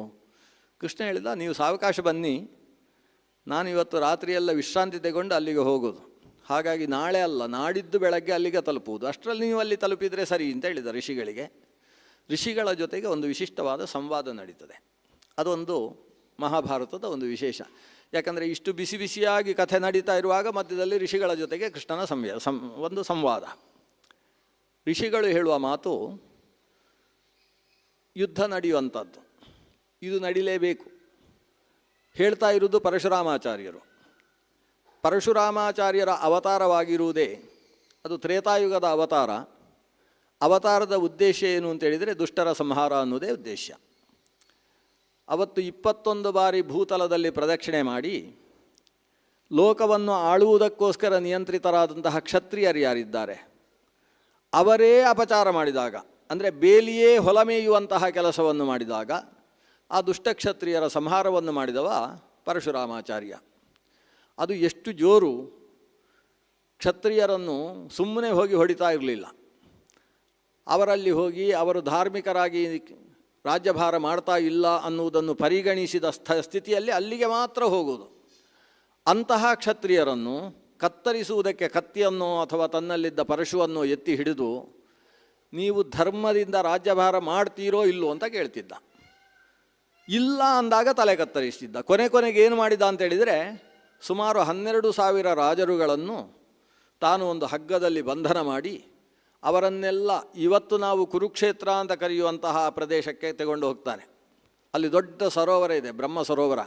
ಆ ಬ್ರಹ್ಮ ಸರೋವರದ ಬದಿಗೆ ಇಷ್ಟೂ 12 ಜನರನ್ನು ಕರ್ಕೊಂಡು ಹೋಗಿ ಅವರ ಕೈಯಲ್ಲೇ ಹಾರೆ, ಗುದ್ದಲಿ, ಪಿಕಾಸು ಕೊಟ್ಟು ಇದನ್ನೆಲ್ಲ ಕೊಟ್ಟು ಇಲ್ಲೊಂದು ದೊಡ್ಡ ಹೊಂಡ ತೆಗೀರಿ ಅಂತ ಹೇಳಿ ಅವರಿಂದ 5 ರೀತಿಯ ಹೊಂಡಗಳನ್ನು ತೆಗೆಸ್ತಾನೆ. ತೆಗೆಸಿ ಹೇಳ್ತಾನೆ, ಇದು ನಿಮ್ಮನ್ನೆಲ್ಲ ಹೂತು ಹಾಕುವುದಕ್ಕೋಸ್ಕರ ತೆಗೆಸಿರುವಂಥದ್ದು. ನಿಮ್ಮಲ್ಲಿ ಕೊನೆಯದಾಗಿ ಪ್ರಶ್ನೆ ಮಾಡ್ತೇನೆ, ನೀವು ಈ ಸ್ಮೃತಿ ಗ್ರಂಥಗಳು ರಾಜನಾದವ ಹೇಗೆ ರಾಜ್ಯಭಾರ ಮಾಡಬೇಕು ಅನ್ನುವುದನ್ನು ಆದಿರಾಜನಾದಂತಹ ಸ್ವಯಂಭುವ ಮನು ತನ್ನ ಸ್ಮೃತಿ ಗ್ರಂಥದಲ್ಲಿ ನಿರ್ವಾಹ ಮಾಡಿಕೊಟ್ಟಿದ್ದಾನೆ, ಹೀಗೇ ರಾಜ್ಯಭಾರ ನಡೆಸಬೇಕು ಅಂತ. ಈ ಸ್ಮೃತ್ಯುಕ್ತವಾದ ಮಾನವ ವಿಧಾನದ ಪ್ರಕಾರ ನೀವು ನಿಮ್ಮ ರಾಜ್ಯಭಾರ ಮಾಡ್ತೀರೋ ಅಥವಾ ಇಲ್ಲಿಯ ತನಕ ಹೇಗೆ ನಡೆಸಿಕೊಂಡು ಬಂದಿದ್ದೀರೋ ಹಾಗೆ ನಡೆಯುವವರು ಅಂತ ಕೇಳಿದ. ನಾವು ಇನ್ನೊಬ್ಬರು ಹೇಳಿದ ಹಾಗೆ ರಾಜ್ಯಭಾರ ಮಾಡುವುದಲ್ಲ, ನಾವು ಸ್ವರಾಟ್, ನಾವು ಹೇಳಿದ ಹಾಗೆ ನಾವು ರಾಜ್ಯಭಾರ ಮಾಡ್ತಕ್ಕಂಥವ್ರು, ಇನ್ನೊಬ್ಬರು ನಮಗೆ ಕಲಿಸಬೇಕಾದ ಅವಶ್ಯಕತೆ ಇಲ್ಲ ಅನ್ನುವ ರೀತಿಯ ದರ್ಪದ ಉತ್ತರ ಅವರ ತಲೆಯಿಂದ ಅವರ ಬಾಯಿಯಿಂದ ಬಂದಾಗ ಪರಶುರಾಮ ಅಷ್ಟೂ ಜನರ ತಲೆಯನ್ನು ಕೂಡ ಬೀಸಿ ಒಗೆದಂತಹ ತನ್ನ ಪರಶುವಿನಿಂದ ಕತ್ತರಿಸ್ತಾನೆ. ಅವರ ಶರೀರದಿಂದ ಸುರಿದಂತಹ ರಕ್ತದಿಂದ 5 ಮಡುಗಳನ್ನು ತುಂಬಿಸ್ತಾನೆ. ಅದಕ್ಕೆ ಸಮಂತ ಪಂಚಕ ಅಂತ ಹೆಸರಾಗ್ತದೆ. ಅಲ್ಲಿ ತುಂಬಿದಂತಹ ರಕ್ತದಿಂದಲೇ ತನ್ನ ತಂದೆಯಾದಂತಹ ಜಮದಗ್ನಿಗೆ ತಾನು ತರ್ಪಣವನ್ನು ಕೊಡ್ತಾನೆ. ಭೂಮಿಯನ್ನೆಲ್ಲ ತನ್ನ ವಶವನ್ನು ಮಾಡಿಕೊಂಡಂತಹ ಪರಶುರಾಮದೇವ ಅಷ್ಟೂ ಭೂಮಿಯನ್ನು ಕೂಡ ಯಾವ ತಪಸ್ವಿಗಳ ಬಗ್ಗೆ ಈ ಕ್ಷಾತ್ರ ದೌಷ್ಟ್ಯ ಎಂಬುದು ನಡೆದು ಅವರ ತಪಸ್ಸೆಲ್ಲ ನಿಂತು ಹೋಗಿತ್ತೋ ಅಂಥ ವಿಪ್ರರಿಗೆ ಆ ಭೂಮಿಯನ್ನು ದಾನ ಮಾಡಿ, ನೀವು ಈ ಪ್ರದೇಶದಲ್ಲಿ ಯಜ್ಞಯಾಗಾದಿ ನಿಷ್ಠರಾಗಿ ನೀವು ಬದುಕಿರಿ, ನಿಮಗೇನು ಸಮಸ್ಯೆ, ತೊಂದರೆ, ದೌರ್ಜನ್ಯ ನಡೀತು ಅಂತಾದರೆ ರಕ್ಷಕನಾಗಿ ನಾನಿದ್ದೇನೆ, ನೀವು ರಾಮ ಅಂತ ಕೂಗಿದರೆ ಅಲ್ಲಿ ಪ್ರತ್ಯಕ್ಷ ಆಗ್ತೇನೆ ಅಂತ ಅವರಿಗೆ ಅಭಯವನ್ನು ಕೊಟ್ಟು ಈ ಭೂಲೋಕದಲ್ಲಿ ಮತ್ತೊಮ್ಮೆ ಯಜ್ಞಯಾಗ ಮೊದಲಾದಂತಹ ನಮ್ಮ ಸಾಂಪ್ರದಾಯಿಕವಾದ ಧರ್ಮ ಅಥವಾ ಸನಾತನ ಧರ್ಮ ಅದನ್ನು ಪ್ರತಿಷ್ಠಾಪನೆ ಮಾಡಿದಂತಹ ಕೀರ್ತಿ ಅದು ಪರಶುರಾಮಾಚಾರ್ಯರಂತು. ಅಂತಹ ಪರಶುರಾಮನ ಕ್ಷೇತ್ರ ಇದು. ಪರಶುರಾಮ ಕ್ಷೇತ್ರ ಅಂತ ಈ ಪ್ರದೇಶವನ್ನು ನಾವು ಉಲ್ಲೇಖ ಮಾಡ್ತೇವೆ. ಆ ರೀತಿ ಅವತ್ತು ಧರ್ಮ ಪ್ರತಿಷ್ಠಾಪನೆ ಮಾಡಿದ್ದಂತಹ ಪರಶುರಾಮಾಚಾರ್ಯನಿಗೆ ಆತನ ವಂಶದ ಮೂಲಪುರುಷನಾದಂತಹ ಭೃಗು ಮಹರ್ಷಿ ಬಂದು ಆತನ ಕೈ ಕಟ್ಟುವ ಕೆಲಸ ಮಾಡಿದ. ಪರಶುರಾಮ, ನಾವೆಲ್ಲ ದೇವತಾ ವಂದನೆ, ಸಂಧ್ಯಾ ವಂದನೆ, ಪೂಜೆ ಪುರಸ್ಕಾರ ಇತ್ಯಾದಿಗಳನ್ನು ಮಾಡ್ತಾ ಇರಬೇಕಾದವರು ಹೀಗೆ ಕ್ಷತ್ರಿಯರನ್ನು ಸಂಹಾರ ಮಾಡುವುದು ತರವಲ್ಲ ಮಗು. ಈಗ ಆದದ್ದು ಆಗಿ ಹೋಯಿತು. ನಿನ್ನ ತಂದೆಯಾದಂತಹ ಜಮದಗ್ನಿ ನಮ್ಮ ವಂಶದಲ್ಲಿ ಬಂದಂತಹ ದೊಡ್ಡ ಪುರುಷ, ಆತನ ತಲೆಯನ್ನು ಅನ್ಯಾಯ ಕ್ರಮದಲ್ಲಿ ಈ ಕಾರ್ತವೀರ್ಯನ ತಮ್ಮಂದಿರು ಕತ್ತರಿಸಿದರು ಅಂತ ನೀನು ಮಾಡಿರ್ತಕ್ಕಂತಹ ಕೆಲಸ ತಪ್ಪು ಅಂತ ನಾನು ಹೇಳುವುದಿಲ್ಲ. ಆದರೆ ನೀನು ಭಾರ್ಗವ ಗೋತ್ರದಲ್ಲಿ ಬಂದ ಭಾರ್ಗವರಾಮನಾಗಿದ್ದುಕೊಂಡು ಇಂಥ ತಪ್ಪು, ಇಂಥ ಘಟನೆ ಮಾಡಿದ ಕಾರಣದಿಂದ ಅದಕ್ಕೋಸ್ಕರ ಒಂದು ತೀರ್ಥಯಾತ್ರೆ ಮಾಡಿ ಅದನ್ನು ಪರಿಹಾರ ಮಾಡು ಮಗು. ಆದರೆ ಇನ್ನು ಮುಂದೆ ಹೀಗೆ ಶಸ್ತ್ರವನ್ನು ಹಿಡಿಬೇಡ ಅಂತ ಮೂಲಪುರುಷ ಬಂದು ಹೇಳಿದರೆ ಈ ಪರಶುರಾಮ ಶಸ್ತ್ರ ಸನ್ಯಾಸವನ್ನು ಮಾಡಿದ. ಅವತ್ತು ಶಸ್ತ್ರ ಸನ್ಯಾಸ ಮಾಡಿದವ ಇನ್ನು ಮುಂದೆ ನಾನು ಕ್ಷತ್ರಿಯರ ತಲೆ ಕಡಿಯುವುದಿಲ್ಲ ಅಂತ ಅಜ್ಜನಿಗೆ ಮಾತು ಕೊಟ್ಟವ ಮತ್ತೆ ಶಸ್ತ್ರ ಹಿಡಿಲಿಲ್ಲ. ಆದರೆ ಚಿರಜೀವಿ ಪರಶುರಾಮ ಅನ್ನೋದು ಚಿರಜೀವಿ ಶಕ್ತಿ. ಅದೇ ಶಕ್ತಿ ದ್ವಾಪರದಲ್ಲೂ ಇದೆ. ತಾನು ದುಷ್ಟರ ಸಂಹಾರವನ್ನು ನಾನು ಮಾಡುವುದಿಲ್ಲ ಅಂತ ತನ್ನ ವಂಶದ ಹಿರಿಯನಿಗೆ ಮಾತು ಕೊಟ್ಟಿದ್ದಾನೆ. ಆದರೆ ಮಾಡಿಸುವುದಿಲ್ಲ ಅಂತ ಮಾತು ಕೊಡಲಿಲ್ಲ. ದುಷ್ಟ ಸಂಹಾರಕ್ಕೋಸ್ಕರವೇ ಇಳಿದು ಬಂದಂತಹ ಅವತಾರ ಅಲ್ವೇ ಚಿರಜೀವಿ ಪರಶುರಾಮ ದೇವ. ಆತ ಇಲ್ಲಿ ಭೀಷ್ಮನಿಗೆ ವಿದ್ಯಾಭ್ಯಾಸ ಮಾಡಿಸಿದ, ದ್ರೋಣಾಚಾರ್ಯರಿಗೆ ಪಾಠ ಹೇಳಿದ. ಅದು ಕೂಡ ದ್ರೋಣಾಚಾರ್ಯರಿಗೆ ಪಾಠ ಹೇಳಿದಂತಹ ಸಂದರ್ಭ ಭಾಳ ವಿಚಿತ್ರ. ದ್ರೋಣ ತನ್ನ ಮಗನಾದಂತಹ ಅಶ್ವತ್ಥಾಮನಿಗೆ ಕುಡಿಯುವುದಕ್ಕೆ ಹಾಲು ಇಲ್ಲ ಅನ್ನೋ ಪ್ರಸಂಗ ಬಂದಾಗ ಒಂದು ಹಾಲು ಬೇಕು, ಅದಕ್ಕೋಸ್ಕರ ಒಂದು ಹಸು ಬೇಕು, ಯಾರ ಹತ್ರ ಕೇಳಬೇಕು ಅಂತ ಯೋಚಿಸಿದ. ದ್ರೋಣಾಚಾರ್ಯನಿಗೆ ಅವರದ್ದು ಜೀವನದ ಪದ್ಧತಿಯೇ ವಿಚಿತ್ರ. ಯಾರತ್ರವೂ ಬೇಡದೆ ಶಿಲೋಂಚ ವೃತ್ತಿಯಲ್ಲಿ ತನ್ನ ಜೀವನವನ್ನು ನಡೆಸ್ತಾ ಇದ್ದವ ದ್ರೋಣಾಚಾರ್ಯ. ಶಿಲವೃತ್ತಿ, ಉಂಚವೃತ್ತಿ ಅಂದರೆ ಬಹಳ ಕಷ್ಟ. ಅದು ಯಾರ ಹೊಟ್ಟೆಗೂ ಕೂಡ ಪೆಟ್ಟು ಬೀಳದೆ ತನ್ನ ಹೊಟ್ಟೆ ತುಂಬಿಸಿಕೊಳ್ಳಬೇಕು ಅನ್ನೋ ವೃತ್ತಿ. ಕೃಷಿ ಮಾಡಿದ ಮೇಲೆ ಅಲ್ಲಿ ಜಾರಿ ಬಿದ್ದಂತಹ ಧಾನ್ಯಗಳೇನುಂಟು ಅದನ್ನು ಮಾತ್ರ ಹೆಕ್ಕಿಕೊಂಡು ಬಂದು ಜೀವನ ಮಾಡ್ತಾ ಇದ್ದಂತಹ ಶಿಲೋಂಚ ವೃತ್ತಿಯಲ್ಲಿ ಬದುಕಿದಂತಹ ದ್ರೋಣಾಚಾರ್ಯ ಇವತ್ತು ಹಸು ಬೇಕು ಅಂದರೆ ಹೇಗೆ ಹಸುವನ್ನು ಸಂಪಾದಿಸುವುದು, ಯಾರತ್ರವೂ ಬೇಡಬಾರದು ಅನ್ನುವ ಅಪ್ರತಿಗ್ರಹ ವೃತ್ತಿಯಲ್ಲಿದ್ದವನು ಸಂಪಾದನೆ ಮಾಡುವ ಬಗೆ ಹೇಗೆ? ಈ ಲೋಕದಲ್ಲಿ ಅವತರಿಸಿದ ದೇವರು ಪರಶುರಾಮ ದೇವರು, ಅವರು ಪ್ರಪಂಚವನ್ನೆಲ್ಲ ಸಂಹಾರ ಮಾಡಿ ಪಡೆದಂತಹ ಅತಿಶಯಿತವಾದ ಧನಧಾನ್ಯಗಳು ಅವರಲ್ಲಿದೆ. ಅವರಲ್ಲಿ ಹೋಗಿ ಕೇಳಿದರೆ ಅದು ಬೇಡಿದ ಹಾಗೆ ಆಗುವುದಿಲ್ಲ. ಯಾಕಂದರೆ ಲೋಕವನ್ನೆಲ್ಲ ಸಂರಕ್ಷಣೆ ಮಾಡ್ತಕ್ಕಂಥ ದೇವರಲ್ಲಿ ಬೇಡದೆ ಇದ್ಯಾರಲ್ಲಿ ಬೇಡಬೇಕು. ಆದ್ದರಿಂದ ಪರಶುರಾಮಲ್ಲಿ ಹೋಗ್ತೇನೆ ಅಂತ ದ್ರೋಣರು ಮಾಡಿದ ಕೆಲಸ ಅದು. ಸೀದಾ ಪರಶುರಾಮಾಚಾರ್ಯರ ಹತ್ರ ಗೋಮಂತಕ ಪರ್ವತಕ್ಕೆ ಹೋಗ್ತಾರೆ. ಪರಶುರಾಮರಲ್ಲಿ ಹೋಗಿ ನಮಸ್ಕಾರ ಮಾಡ್ತಾರೆ. ಭಾರದ್ವಾಜ ಗೋತ್ರೋತ್ಪನ್ನ ಅಹಂ ದ್ರೋಣಶ್ರಮ ಅಭಿವಾದಯೇ ಅಂತ ನಮಸ್ಕಾರ ಮಾಡ್ತಾರೆ. ಪರಶುರಾಮಾಚಾರ್ಯರು ಕೇಳ್ತಾರೆ, ಏನು ಬೇಕಿತ್ತು ತಮಗೆ? ಇವರು ಹೇಳ್ತಾರೆ, ನನಗೆ ಮಗನಿಗೆ ಹಾಲು ಕುಡಿಸುವುದಕ್ಕೆ ಒಂದು ಹಸುವಿನ ವ್ಯವಸ್ಥೆ ಇಲ್ಲ, ಆದ್ದರಿಂದ ತಮ್ಮಲ್ಲಿ ಬೇಡುವುದಕ್ಕೆ ಬಂದಿದ್ದೇನೆ. ಆವಾಗ ಪರಶುರಾಮರು ಹೇಳ್ತಾರೆ, ನನ್ನಲ್ಲಿದ್ದ ಅಂಥ ವಸ್ತುಗಳೆಲ್ಲ ದಾನ ಮಾಡಿ ಆಯಿತು, ಇನ್ನು ಕೊಡುವುದರಲ್ಲಿ ನನ್ನದು ಅಂತ ಯಾವುದೂ ಇಲ್ಲ. ಇನ್ನು ಇರುವಂಥದ್ದೇನು ಅಂತೇಳಿದರೆ ನನ್ನಲ್ಲಿ ಶಾಸ್ತ್ರಗಳಿದ್ದಾವೆ ಅಷ್ಟೇ. ಶಸ್ತ್ರವಿದ್ಯೆ ಇದೆ, ಶಾಸ್ತ್ರವಿದ್ಯೆ ಇದೆ. ಅದು ಬಿಟ್ಟು ಭೌತಿಕವಾದ ಯಾವುದೇ ವಸ್ತು ನನ್ನಲ್ಲಿ ದಾನ ಕೊಡುವುದಕ್ಕಿಲ್ಲ. ಇದರಲ್ಲಿ ಯಾವುದಾದರೂ ಬೇಕು ಅಂತಾದರೆ ನೀನು ತಗೊಳ್ಬೋದು. ನನ್ನಲ್ಲಿ ದೇಹಿ ಅಂತ ಬಂದವರನ್ನು ಖಾಲಿ ಕೈಯಲ್ಲಿ ಕಳಿಸುವುದಕ್ಕೆ ನನಗೆ ಇಷ್ಟ ಇಲ್ಲ. ಆಗ ನಮ್ಮ ದ್ರೋಣಾಚಾರ್ಯರು ಅವರಲ್ಲಿ ಕೇಳಿದ್ದು, ಹಾಗಾದರೆ ನನಗೆ ಶಸ್ತ್ರ ಎರಡೂ ವಿದ್ಯೆಯನ್ನು ಹೇಳಿಕೊಡಿ, ಮುಖ್ಯವಾಗಿ ಶಾಸ್ತ್ರ ಅಲ್ಲ ಶಸ್ತ್ರವಿದ್ಯೆ ನನಗೆ ತಮ್ಮಿಂದ ಬೇಕು ಅಂತ ಕೇಳಿ ಆರಂಭದಲ್ಲಿ ಒಂದು 7-8 ವರ್ಷಗಳ ತನಕ ಅವರಲ್ಲಿ ಶಾಸ್ತ್ರಾಭ್ಯಾಸ ಮಾಡಿ ಆಮೇಲೆ ಪೂರ್ತಿ ಶಸ್ತ್ರಾಭ್ಯಾಸವನ್ನು ದ್ರೋಣಾಚಾರ್ಯರು ಮಾಡಿದರು. ಹೀಗೆ ಪರಶುರಾಮರು ದ್ರೋಣರಿಗೆ ಶಸ್ತ್ರವನ್ನೇ ಕೊಡುವುದರ ಹಿನ್ನೆಲೆ ಏನು? ಇನ್ನು ಇವರ ಮೂಲಕ ಈ ಭೂಮಿಯಲ್ಲಿ ಶಾಂತಿ ನೆಲೆಗೊಳ್ಳಬೇಕು, ದುಷ್ಟರ ಸಂಹಾರದಲ್ಲಿ ಈತ ನನ್ನ ಉಪಕರಣವಾಗಬೇಕು ಅನ್ನುವ ದೃಷ್ಟಿಯಿಂದ ಭೀಷ್ಮರಿಗೆ ಪಾಠ ಹೇಳಿದರು. ಆಮೇಲೆ ಕರ್ಣನೂ ಕೂಡ ಬರ್ತಾನೆ. ಕರ್ಣ ಓದುವುದಕ್ಕೆ ಬಂದಾದರೆ ಹಿನ್ನೆಲೆ ಇಷ್ಟೇ. ಕರ್ಣ ದ್ರೋಣರ ಹತ್ರ ಬಂದ, ನೀವು ಹೇಗೂ ಕೌರವರಿಗೆ ಪಾಂಡವರಿಗೆ ವಿದ್ಯಾಭ್ಯಾಸ ಮಾಡಿಸ್ತಾ ಇದ್ದೀರಿ, ಪ್ರಪಂಚದಲ್ಲಿದ್ದ ಯಾವ ರಾಜಕುಮಾರರು ಶ್ರೇಷ್ಠ ಧನುರ್ಗಾರರಾಗಬೇಕು ಅಂತ ಯೋಚಿಸಿದ್ದಾರೋ ಅವರೆಲ್ಲ ನಿಮ್ಮಲ್ಲಿ ಅಧ್ಯಯನಕ್ಕೆ ಬರ್ತಾ ಇದ್ದಾರೆ, ನಾನು ನಿಮ್ಮಲ್ಲಿ ಓದಬೇಕಾಗಿದೆ, ಪಾಠ ಹೇಳಿ ಅಂತ ಬಂದಾಗ ದ್ರೋಣಾಚಾರ್ಯರು, ನಿನಗೆ ಪಾಠ ಹೇಳುವುದಕ್ಕೆ ಇಷ್ಟ ಇಲ್ಲ ನನಗೆ ಅಂತೇಳಿದರು. ಗೋತ್ರ ಯಾವುದು ಅಂತ ಕೇಳಿ ಗೋತ್ರ ಸರಿ ಇಲ್ಲ ಅಂತ ಹೇಳಿದರು. ನೀವು ಪಾಠ ಹೇಳುವುದಿಲ್ಲ ಅಂತಾದರೆ ನಿಮಗೆ ಪಾಠ ಹೇಳಿದವರ ಹತ್ರ ಪಾಠ ಕೇಳಿ ನಿಮಗಿದ್ದ ದೊಡ್ಡವನಾಗ್ತೇನೆ ಅಂತ ಈ ಹುಡುಗನಲ್ಲಿ ಒಂದು ಹಠ ಹುಟ್ಟಿತು. ಆ ಹಠದಿಂದ ಆತ ಪರಶುರಾಮರಲ್ಲಿ ಹೋಗಿ ಓದಿದ್ದು. ಪರಶುರಾಮರು ಅವನ ಕಣ್ಣು ನೋಡಿದಾಗ ಇವೇನೋ ಸುಳ್ಳು ಹೇಳ್ತಾನೆ ಅಂತ ಗೊತ್ತಾಯಿತು ಪರಶುರಾಮರಿಗೆ. ಅವನ ಜನ್ಮ ಎಲ್ಲವೂ ಅವರಿಗೆ ಅರ್ಥ ಆಯಿತು. ಅರ್ಥವಾಗಿಯೂ ಸರಿಯಾಗಿ ಪಾಠ ಹೇಳಿದರು. ಅವರ ಉದ್ದೇಶ ಏನಂದರೆ, ಮುಂದಕ್ಕೆ ಇವನು ಬೇಕಾಗ್ತದೆ ನಮಗೆ ಹೊಡೆಯುವುದಕ್ಕೆ ಬಡಿಯುವುದಕ್ಕೆ. ಅಂದರೆ ಪರಶುರಾಮಾಚಾರ್ಯರು ತಾವು ಕಲಿತಂತಹ ತಮ್ಮಲ್ಲಿದ್ದಂತಹ ವಿದ್ಯೆಯಿಂದ ತಾವೇ ಸ್ವತಃ ಕ್ಷತ್ರ ಸಂಹಾರ ಮಾಡಿ ಲೋಕ ಸಂರಕ್ಷಣೆಯನ್ನು ಮಾಡಿದ್ದಂತಹ ಪರಶುರಾಮರು ದ್ವಾಪರ ಯುಗದಲ್ಲಿ ತಾನು ಶಸ್ತ್ರವನ್ನು ಹಿಡಿಯದೆ ತಾನು ಹೇಳಿಕೊಟ್ಟ ಪಾಠದಿಂದ ಈ ಉಳಿದವರು ಹೊಡೆದಾಡಿ ಈ ಭೂಭಾರ ಹರಣ ಆಗಬೇಕು ಅಂತ ಆಲೋಚನೆ ಮಾಡಿದ್ದಾರೆ. ಆ ದೃಷ್ಟಿಯಿಂದ ಭೀಷ್ಮರಿಗೂ ದ್ರೋಣರಿಗೂ ಕರ್ಣನಿಗೂ ಪಾಠ ಹೇಳಿದಂತಹ ಪರಶುರಾಮರು ದ್ರೋಣರು ಕಲ್ತದ್ದನ್ನೆಲ್ಲ ಉಳಿದವರಿಗೆ ಪಾಠ ಹೇಳಿದರು. ಇವತ್ತು ಪಂಚಪಾಂಡವರಿಗಿರ್ಬೋದು, ದುರ್ಯೋಧನ ಪ್ರಭೃತಿ 100 ಜನಕ್ಕಿರ್ಬೋದು, ಅಥವಾ ಅಲ್ಲಿ ಸೇರಿದ ದೃಷ್ಟದ್ಯುಮ್ನ ಸಾತ್ಯಕಿ ಮೊದಲಾದವರಿಗಿರ್ಬೋದು, ಅವರಿಗೆಲ್ಲ ವಿದ್ಯೆ ಬಂದದ್ದು ಸಾತ್ಯಕಿಗೆ ಅರ್ಜುನನಿಗೆ ಬಂತು, ಅರ್ಜುನನಿಗೆ ದ್ರೋಣನಿಂದ ಬಂತು.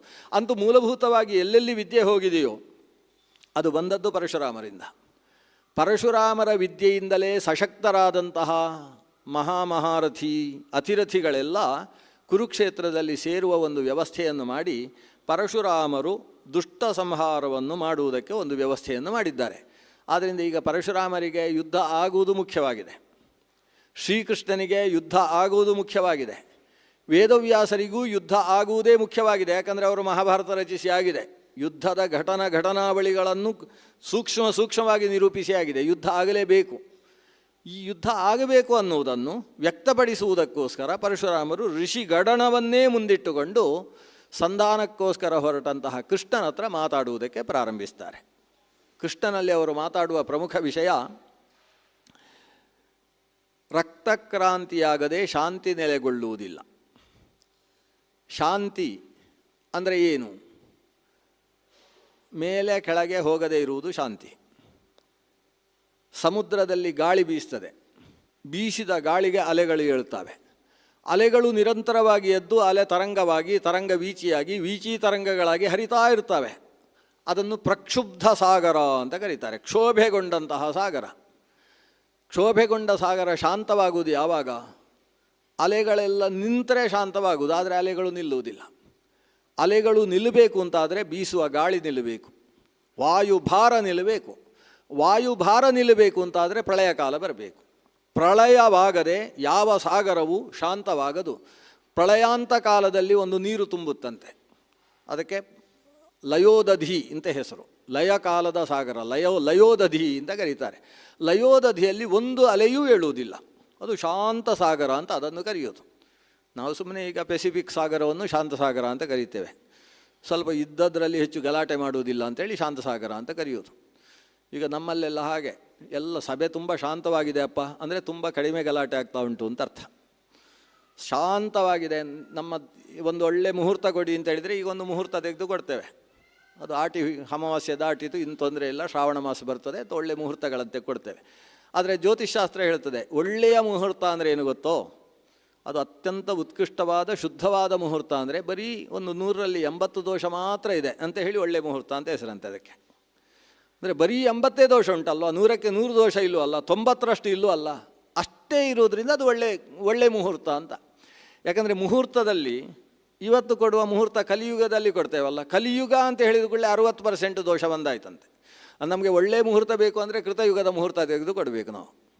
ಕಲಿಯುಗದ ಮುಹೂರ್ತ ಅಂದರೆ ಆ ಕಾಲಕ್ಕೆ ಸಂಬಂಧಪಟ್ಟ ಕೆಲವು ಕ್ಲೇಶಗಳು ಅದರಲ್ಲಿ ಸೇರಿಕೊಳ್ತವೆ. ಅದರಿಂದ ನಾವು ಒಳ್ಳೆಯ ಮುಹೂರ್ತ ಅಂತ ಹೇಳುವುದು ಇದ್ದದ್ರಲ್ಲಿ ಅನೇಕ ಕಾಲಗಳಲ್ಲಿ ಇದರಲ್ಲಿ ದೋಷ ಕಡಿಮೆ ಅನ್ನುವ ಅಭಿಪ್ರಾಯದಲ್ಲಷ್ಟೇ ಹೇಳುವುದಲ್ವ. ಆದ್ದರಿಂದ ಶಾಂತ ಸಾಗರ ಅಂತ ನಾವು ಇವತ್ತು ಯಾವುದಾದ್ರೂ ಸಾಗರವನ್ನು ಕರೆಯುವುದಿದ್ದರೆ ಉಳಿದೆಲ್ಲ ಸಾಗರಕ್ಕಿಂತ ಸ್ವಲ್ಪ ಆಗಬಹುದು ಅಂತೇಳಿ ಅದನ್ನು ನಿರಸ್ತಪಾದಪೇ ದೇಶೇ ಐರಂಡೋಪಿ ದ್ರುಮಾಯತೆ ಅಂತ ಸಂಸ್ಕೃತದಲ್ಲಿ ಒಂದು ಗಾದೆ. ಮರಗಳೇ ಇಲ್ಲದೇ ಇದ್ದ ಪ್ರದೇಶದಲ್ಲಿ ಪಾಪಾಸು ಕಳ್ಳಿಯ ಮರವೇ ದೊಡ್ಡ ಮರ ಅಂತೆ. ನಿಮ್ಮೂರಲ್ಲಿ ಯಾವುದು ದೊಡ್ಡ ಮರ ಅಂತ ಹೇಳಿದರೆ ಕಳ್ಳಿ ಮರವೇ ದೊಡ್ಡ ಮರ ಅಂತ. ಕಾರಣ ಏನು ಅಂದರೆ ಅದಕ್ಕಿಂತ ದೊಡ್ಡ ಮರ ಬೇರೆ ಇಲ್ಲವೇ ಇಲ್ಲ. ಅದೇ ತುಂಬೆ ಗಿಡವೇ ಇದ್ದ ಊರಿನಲ್ಲಿ ತುಂಬೆ ಗಿಡಕ್ಕಿಂತ ದೊಡ್ಡ ಮರ ಇಲ್ಲ. ನೀವು ಏಣಿ ಇಡಬೇಕು ಅಂದರೆ ತುಂಬೆ ಗಿಡಕ್ಕೆ ಏಣಿ ಇಡಬೇಕು ಅಂಥ ಪ್ರಸಂಗ ಇರ್ತದೆ. ನಿರಸ್ತಪಾದ ಪ್ರದೇಶದಲ್ಲಿ ಅದೇ ದೊಡ್ಡದಾಗುವ ಹಾಗೆ ನಮ್ಮಲ್ಲಿ ಶಾಂತಿ ಅಂತ ಕರೆಯುವುದು ಇವತ್ತು ಏನಿದ್ರೂ ತುಂಬ ಕಡಿಮೆ ಗಲಾಟೆ ಇದೆ. ಯಾಕಂದರೆ ಹೊರಗಿನಿಂದ ಗಲಾಟೆ ಇಲ್ಲ ಅಂತೇಳಿದರೂ ಒಳಗಿನಿಂದ ಗಲಾಟೆ ಇದ್ದೇ ಇರ್ತದೆ. ಅದು ಎಷ್ಟು ಆಸಕ್ತಿಪೂರ್ಣವಾದ ಒಂದು ಯಕ್ಷಗಾನ ನಾವು ನೋಡ್ತಾ ಇದ್ದರೂ ಕೂಡ ನಮ್ಮ ಪೂರ್ತಿ ಮನಸ್ಸು ಯಕ್ಷಗಾನದ ಕಡೆಗೇ ಇದ್ದರೂ ಕೂಡ ಶಾಂತಿ ಇಲ್ಲ. ಶಾಂತಿ ಯಾಕಿಲ್ಲ ಅಂತೇಳಿದರೆ, ನಮ್ಮ ಒಳಗಿಂದ ಯಕ್ಷಗಾನ ಮುಗಿದ ಮೇಲೆ ನಾವು ಮತ್ತೆ ಮನೆಗೆ ಹೋಗಬೇಕು, ಮನೆಗೆ ಹೋದಾಗ ಏನು ರಂಪಾಟ ಆಗ್ತದೋ ಏನೋ, ಅವರಿಗೆ ಹೇಳದೇ ಬಂದಿದ್ದೇನೆ, ಇದೆಲ್ಲ ಒಳಗಿಂದ ಒಂದು ಕಸಿವಿಸಿ ಏನೋ ನಡೀತಾ ಇರ್ತದೆ. ಒಳಗಿನಿಂದಲೂ ಶಾಂತಿ, ನಿಜವಾದ ಶಾಂತಿ ಅಂದರೆ ಒಳಗಿನಿಂದ ಶಾಂತಿ. ಈ ನೆಮ್ಮದಿ ಅನ್ನೋದೇನಿದೆ, ಆಂತರ ಶಾಂತಿ ಅನ್ನೋದೇನಿದೆ, ಅದು ಬಾಹ್ಯದಲ್ಲಿ ಯಾವುದಾದರೂ ಒಂದು ದೊಡ್ಡ ದುರ್ಘಟನೆ ನಡೆಯದೆ ಅದು ಆಗುವುದಿಲ್ಲ ಅನ್ನೋದು ಪರಶುರಾಮಾಚಾರ್ಯರ ಚಿಂತನೆ. ಯಾಕಂದರೆ ಆ ಪರಶುರಾಮಾಚಾರ್ಯರಿಂದ ಯಾವಾಗ ಶಾಂತಿ ನೆಲೆಸಲ್ಪಟ್ಟಿದೆ ಇದಕ್ಕಿಂತ ಹಿಂಭಾಗದಲ್ಲಿ ಅವೆಲ್ಲವೂ ಕೂಡ ಆ ನೇಪಥ್ಯದಲ್ಲಿ ನಡೆದ ಘಟನೆಗಳು ಅದಕ್ಕೆ ಸಾಕ್ಷಿಯನ್ನು ಕೊಡ್ತಾ ಹೋಗ್ತವೆ. ಕಾರ್ತವೀರ್ಯನ ಜೊತೆಗೆ ಎಂತಹ ಯುದ್ಧಗಳು ಘಟಿಸಿದವು, ತನ್ನ ಶಿಷ್ಯನಾದಂತಹ ಅಕೃತವ್ರಣ ಅಂತ ಅವನ ಹೆಸರು, ತನ್ನ ಶಿಷ್ಯ ಅಕೃತವ್ರಣನ ಜೊತೆಗೆ ಬಹುಶಃ ಅರಣ್ಯಕಾಂಡದಲ್ಲಿ ಬಂತದು, ನಮ್ಮ ಕಾಡಿನಲ್ಲಿ ವನಪರ್ವದಲ್ಲಿ ಬಂದಿರತಕ್ಕಂಥ ವಿಷಯ. ಅಕೃತವ್ರಣನ ಜೊತೆಗೆ ನಡೆದಂತಹ ಘಟನಾವಳಿಗಳು ಎಲ್ಲವನ್ನೂ ಗಮನಿಸಿದರೂ ಸ್ಪಷ್ಟವಾಗುವುದೇನು ಅಂತೇಳಿದರೆ, ಒಂದು ಶಾಂತಿಯ ಹಿಂದೆ ಒಂದು ರಕ್ತಪಾತ ಇರ್ತದೆ. ಆದರೆ ರಕ್ತಪಾತವಾದ ನಂತರ ಅಶಾಂತಿ ಜಾಸ್ತಿ ಆಗ್ತದೆ. ಆದರೆ ಅಶಾಂತಿ ಜಾಸ್ತಿ ಆದಾಗ ಅದನ್ನು ಶಾಂತಿ ಬರುವ ಹಾಗೆ ಮಾಡುವುದು ಒಬ್ಬ ನೇತಾರನ ಕೆಲಸವೇ ಹೊರತು, ನೇತಾರ ನಾನು ಯಾವ ಯುದ್ಧಕ್ಕೂ ಅವಕಾಶ ಕೊಡುವುದಿಲ್ಲ, ಇದ್ದ ಹಾಗೆ ಶಾಂತಿಯನ್ನು ನೆಲೆಗೊಳಿಸ್ತೇನೆ ಅಂದರೆ ಅದು ಇನ್ನಷ್ಟು ಅಶಾಂತಿಯನ್ನು ಹುಟ್ಟಿಸಿದ ಹಾಗೆ ಆಗ್ತದೆ. ಎಲ್ಲಿ ಒಂದು ಹಂತದಲ್ಲಿ ಎರಡು ಪರಸ್ಪರ ಹೋರಾಡುವುದಕ್ಕೋಸ್ಕರ ಸನ್ನದ್ಧವಾಗಿ ನುಗ್ಗುವುದಕ್ಕೆ ಸಿದ್ಧವಾಗಿರ್ತಾವೋ ಅದನ್ನು ಇನ್ನೂ ಜೋರಾಗಿ ನುಗ್ಗಿಸುವ ಕೆಲಸ ಮಾಡಿ ಅವರಲ್ಲಿ ಹೊಡೆದಾಡಿಸಿ ಸಾಯಿಸಿ ಮತ್ತೆ ಶಾಂತಿಯನ್ನು ಉಂಟು ಮಾಡಬೇಕು. ಇದು ನಿಯತಿ. ಇದಕ್ಕೆ ನಿಯತಿ ಅಂತ ಹೆಸರು. ನಿಯತಿ ಅಂದರೆ ಪ್ರಕೃತಿ. ಆ ಪ್ರಕೃತಿಯನ್ನು ಮೀರುವುದಕ್ಕೆ ಯಾರಿಗೂ ಅವಕಾಶ ಇಲ್ಲ. ಆದ್ದರಿಂದ ನೀನು ಆ ಸಭೆಗೆ ಹೋಗಿ ಮಾಡುವಂಥ ಕೆಲಸ ಏನು ಅಂತೇಳಿದರೆ, ಅವಾಚ್ಯ ಭವೇಮ.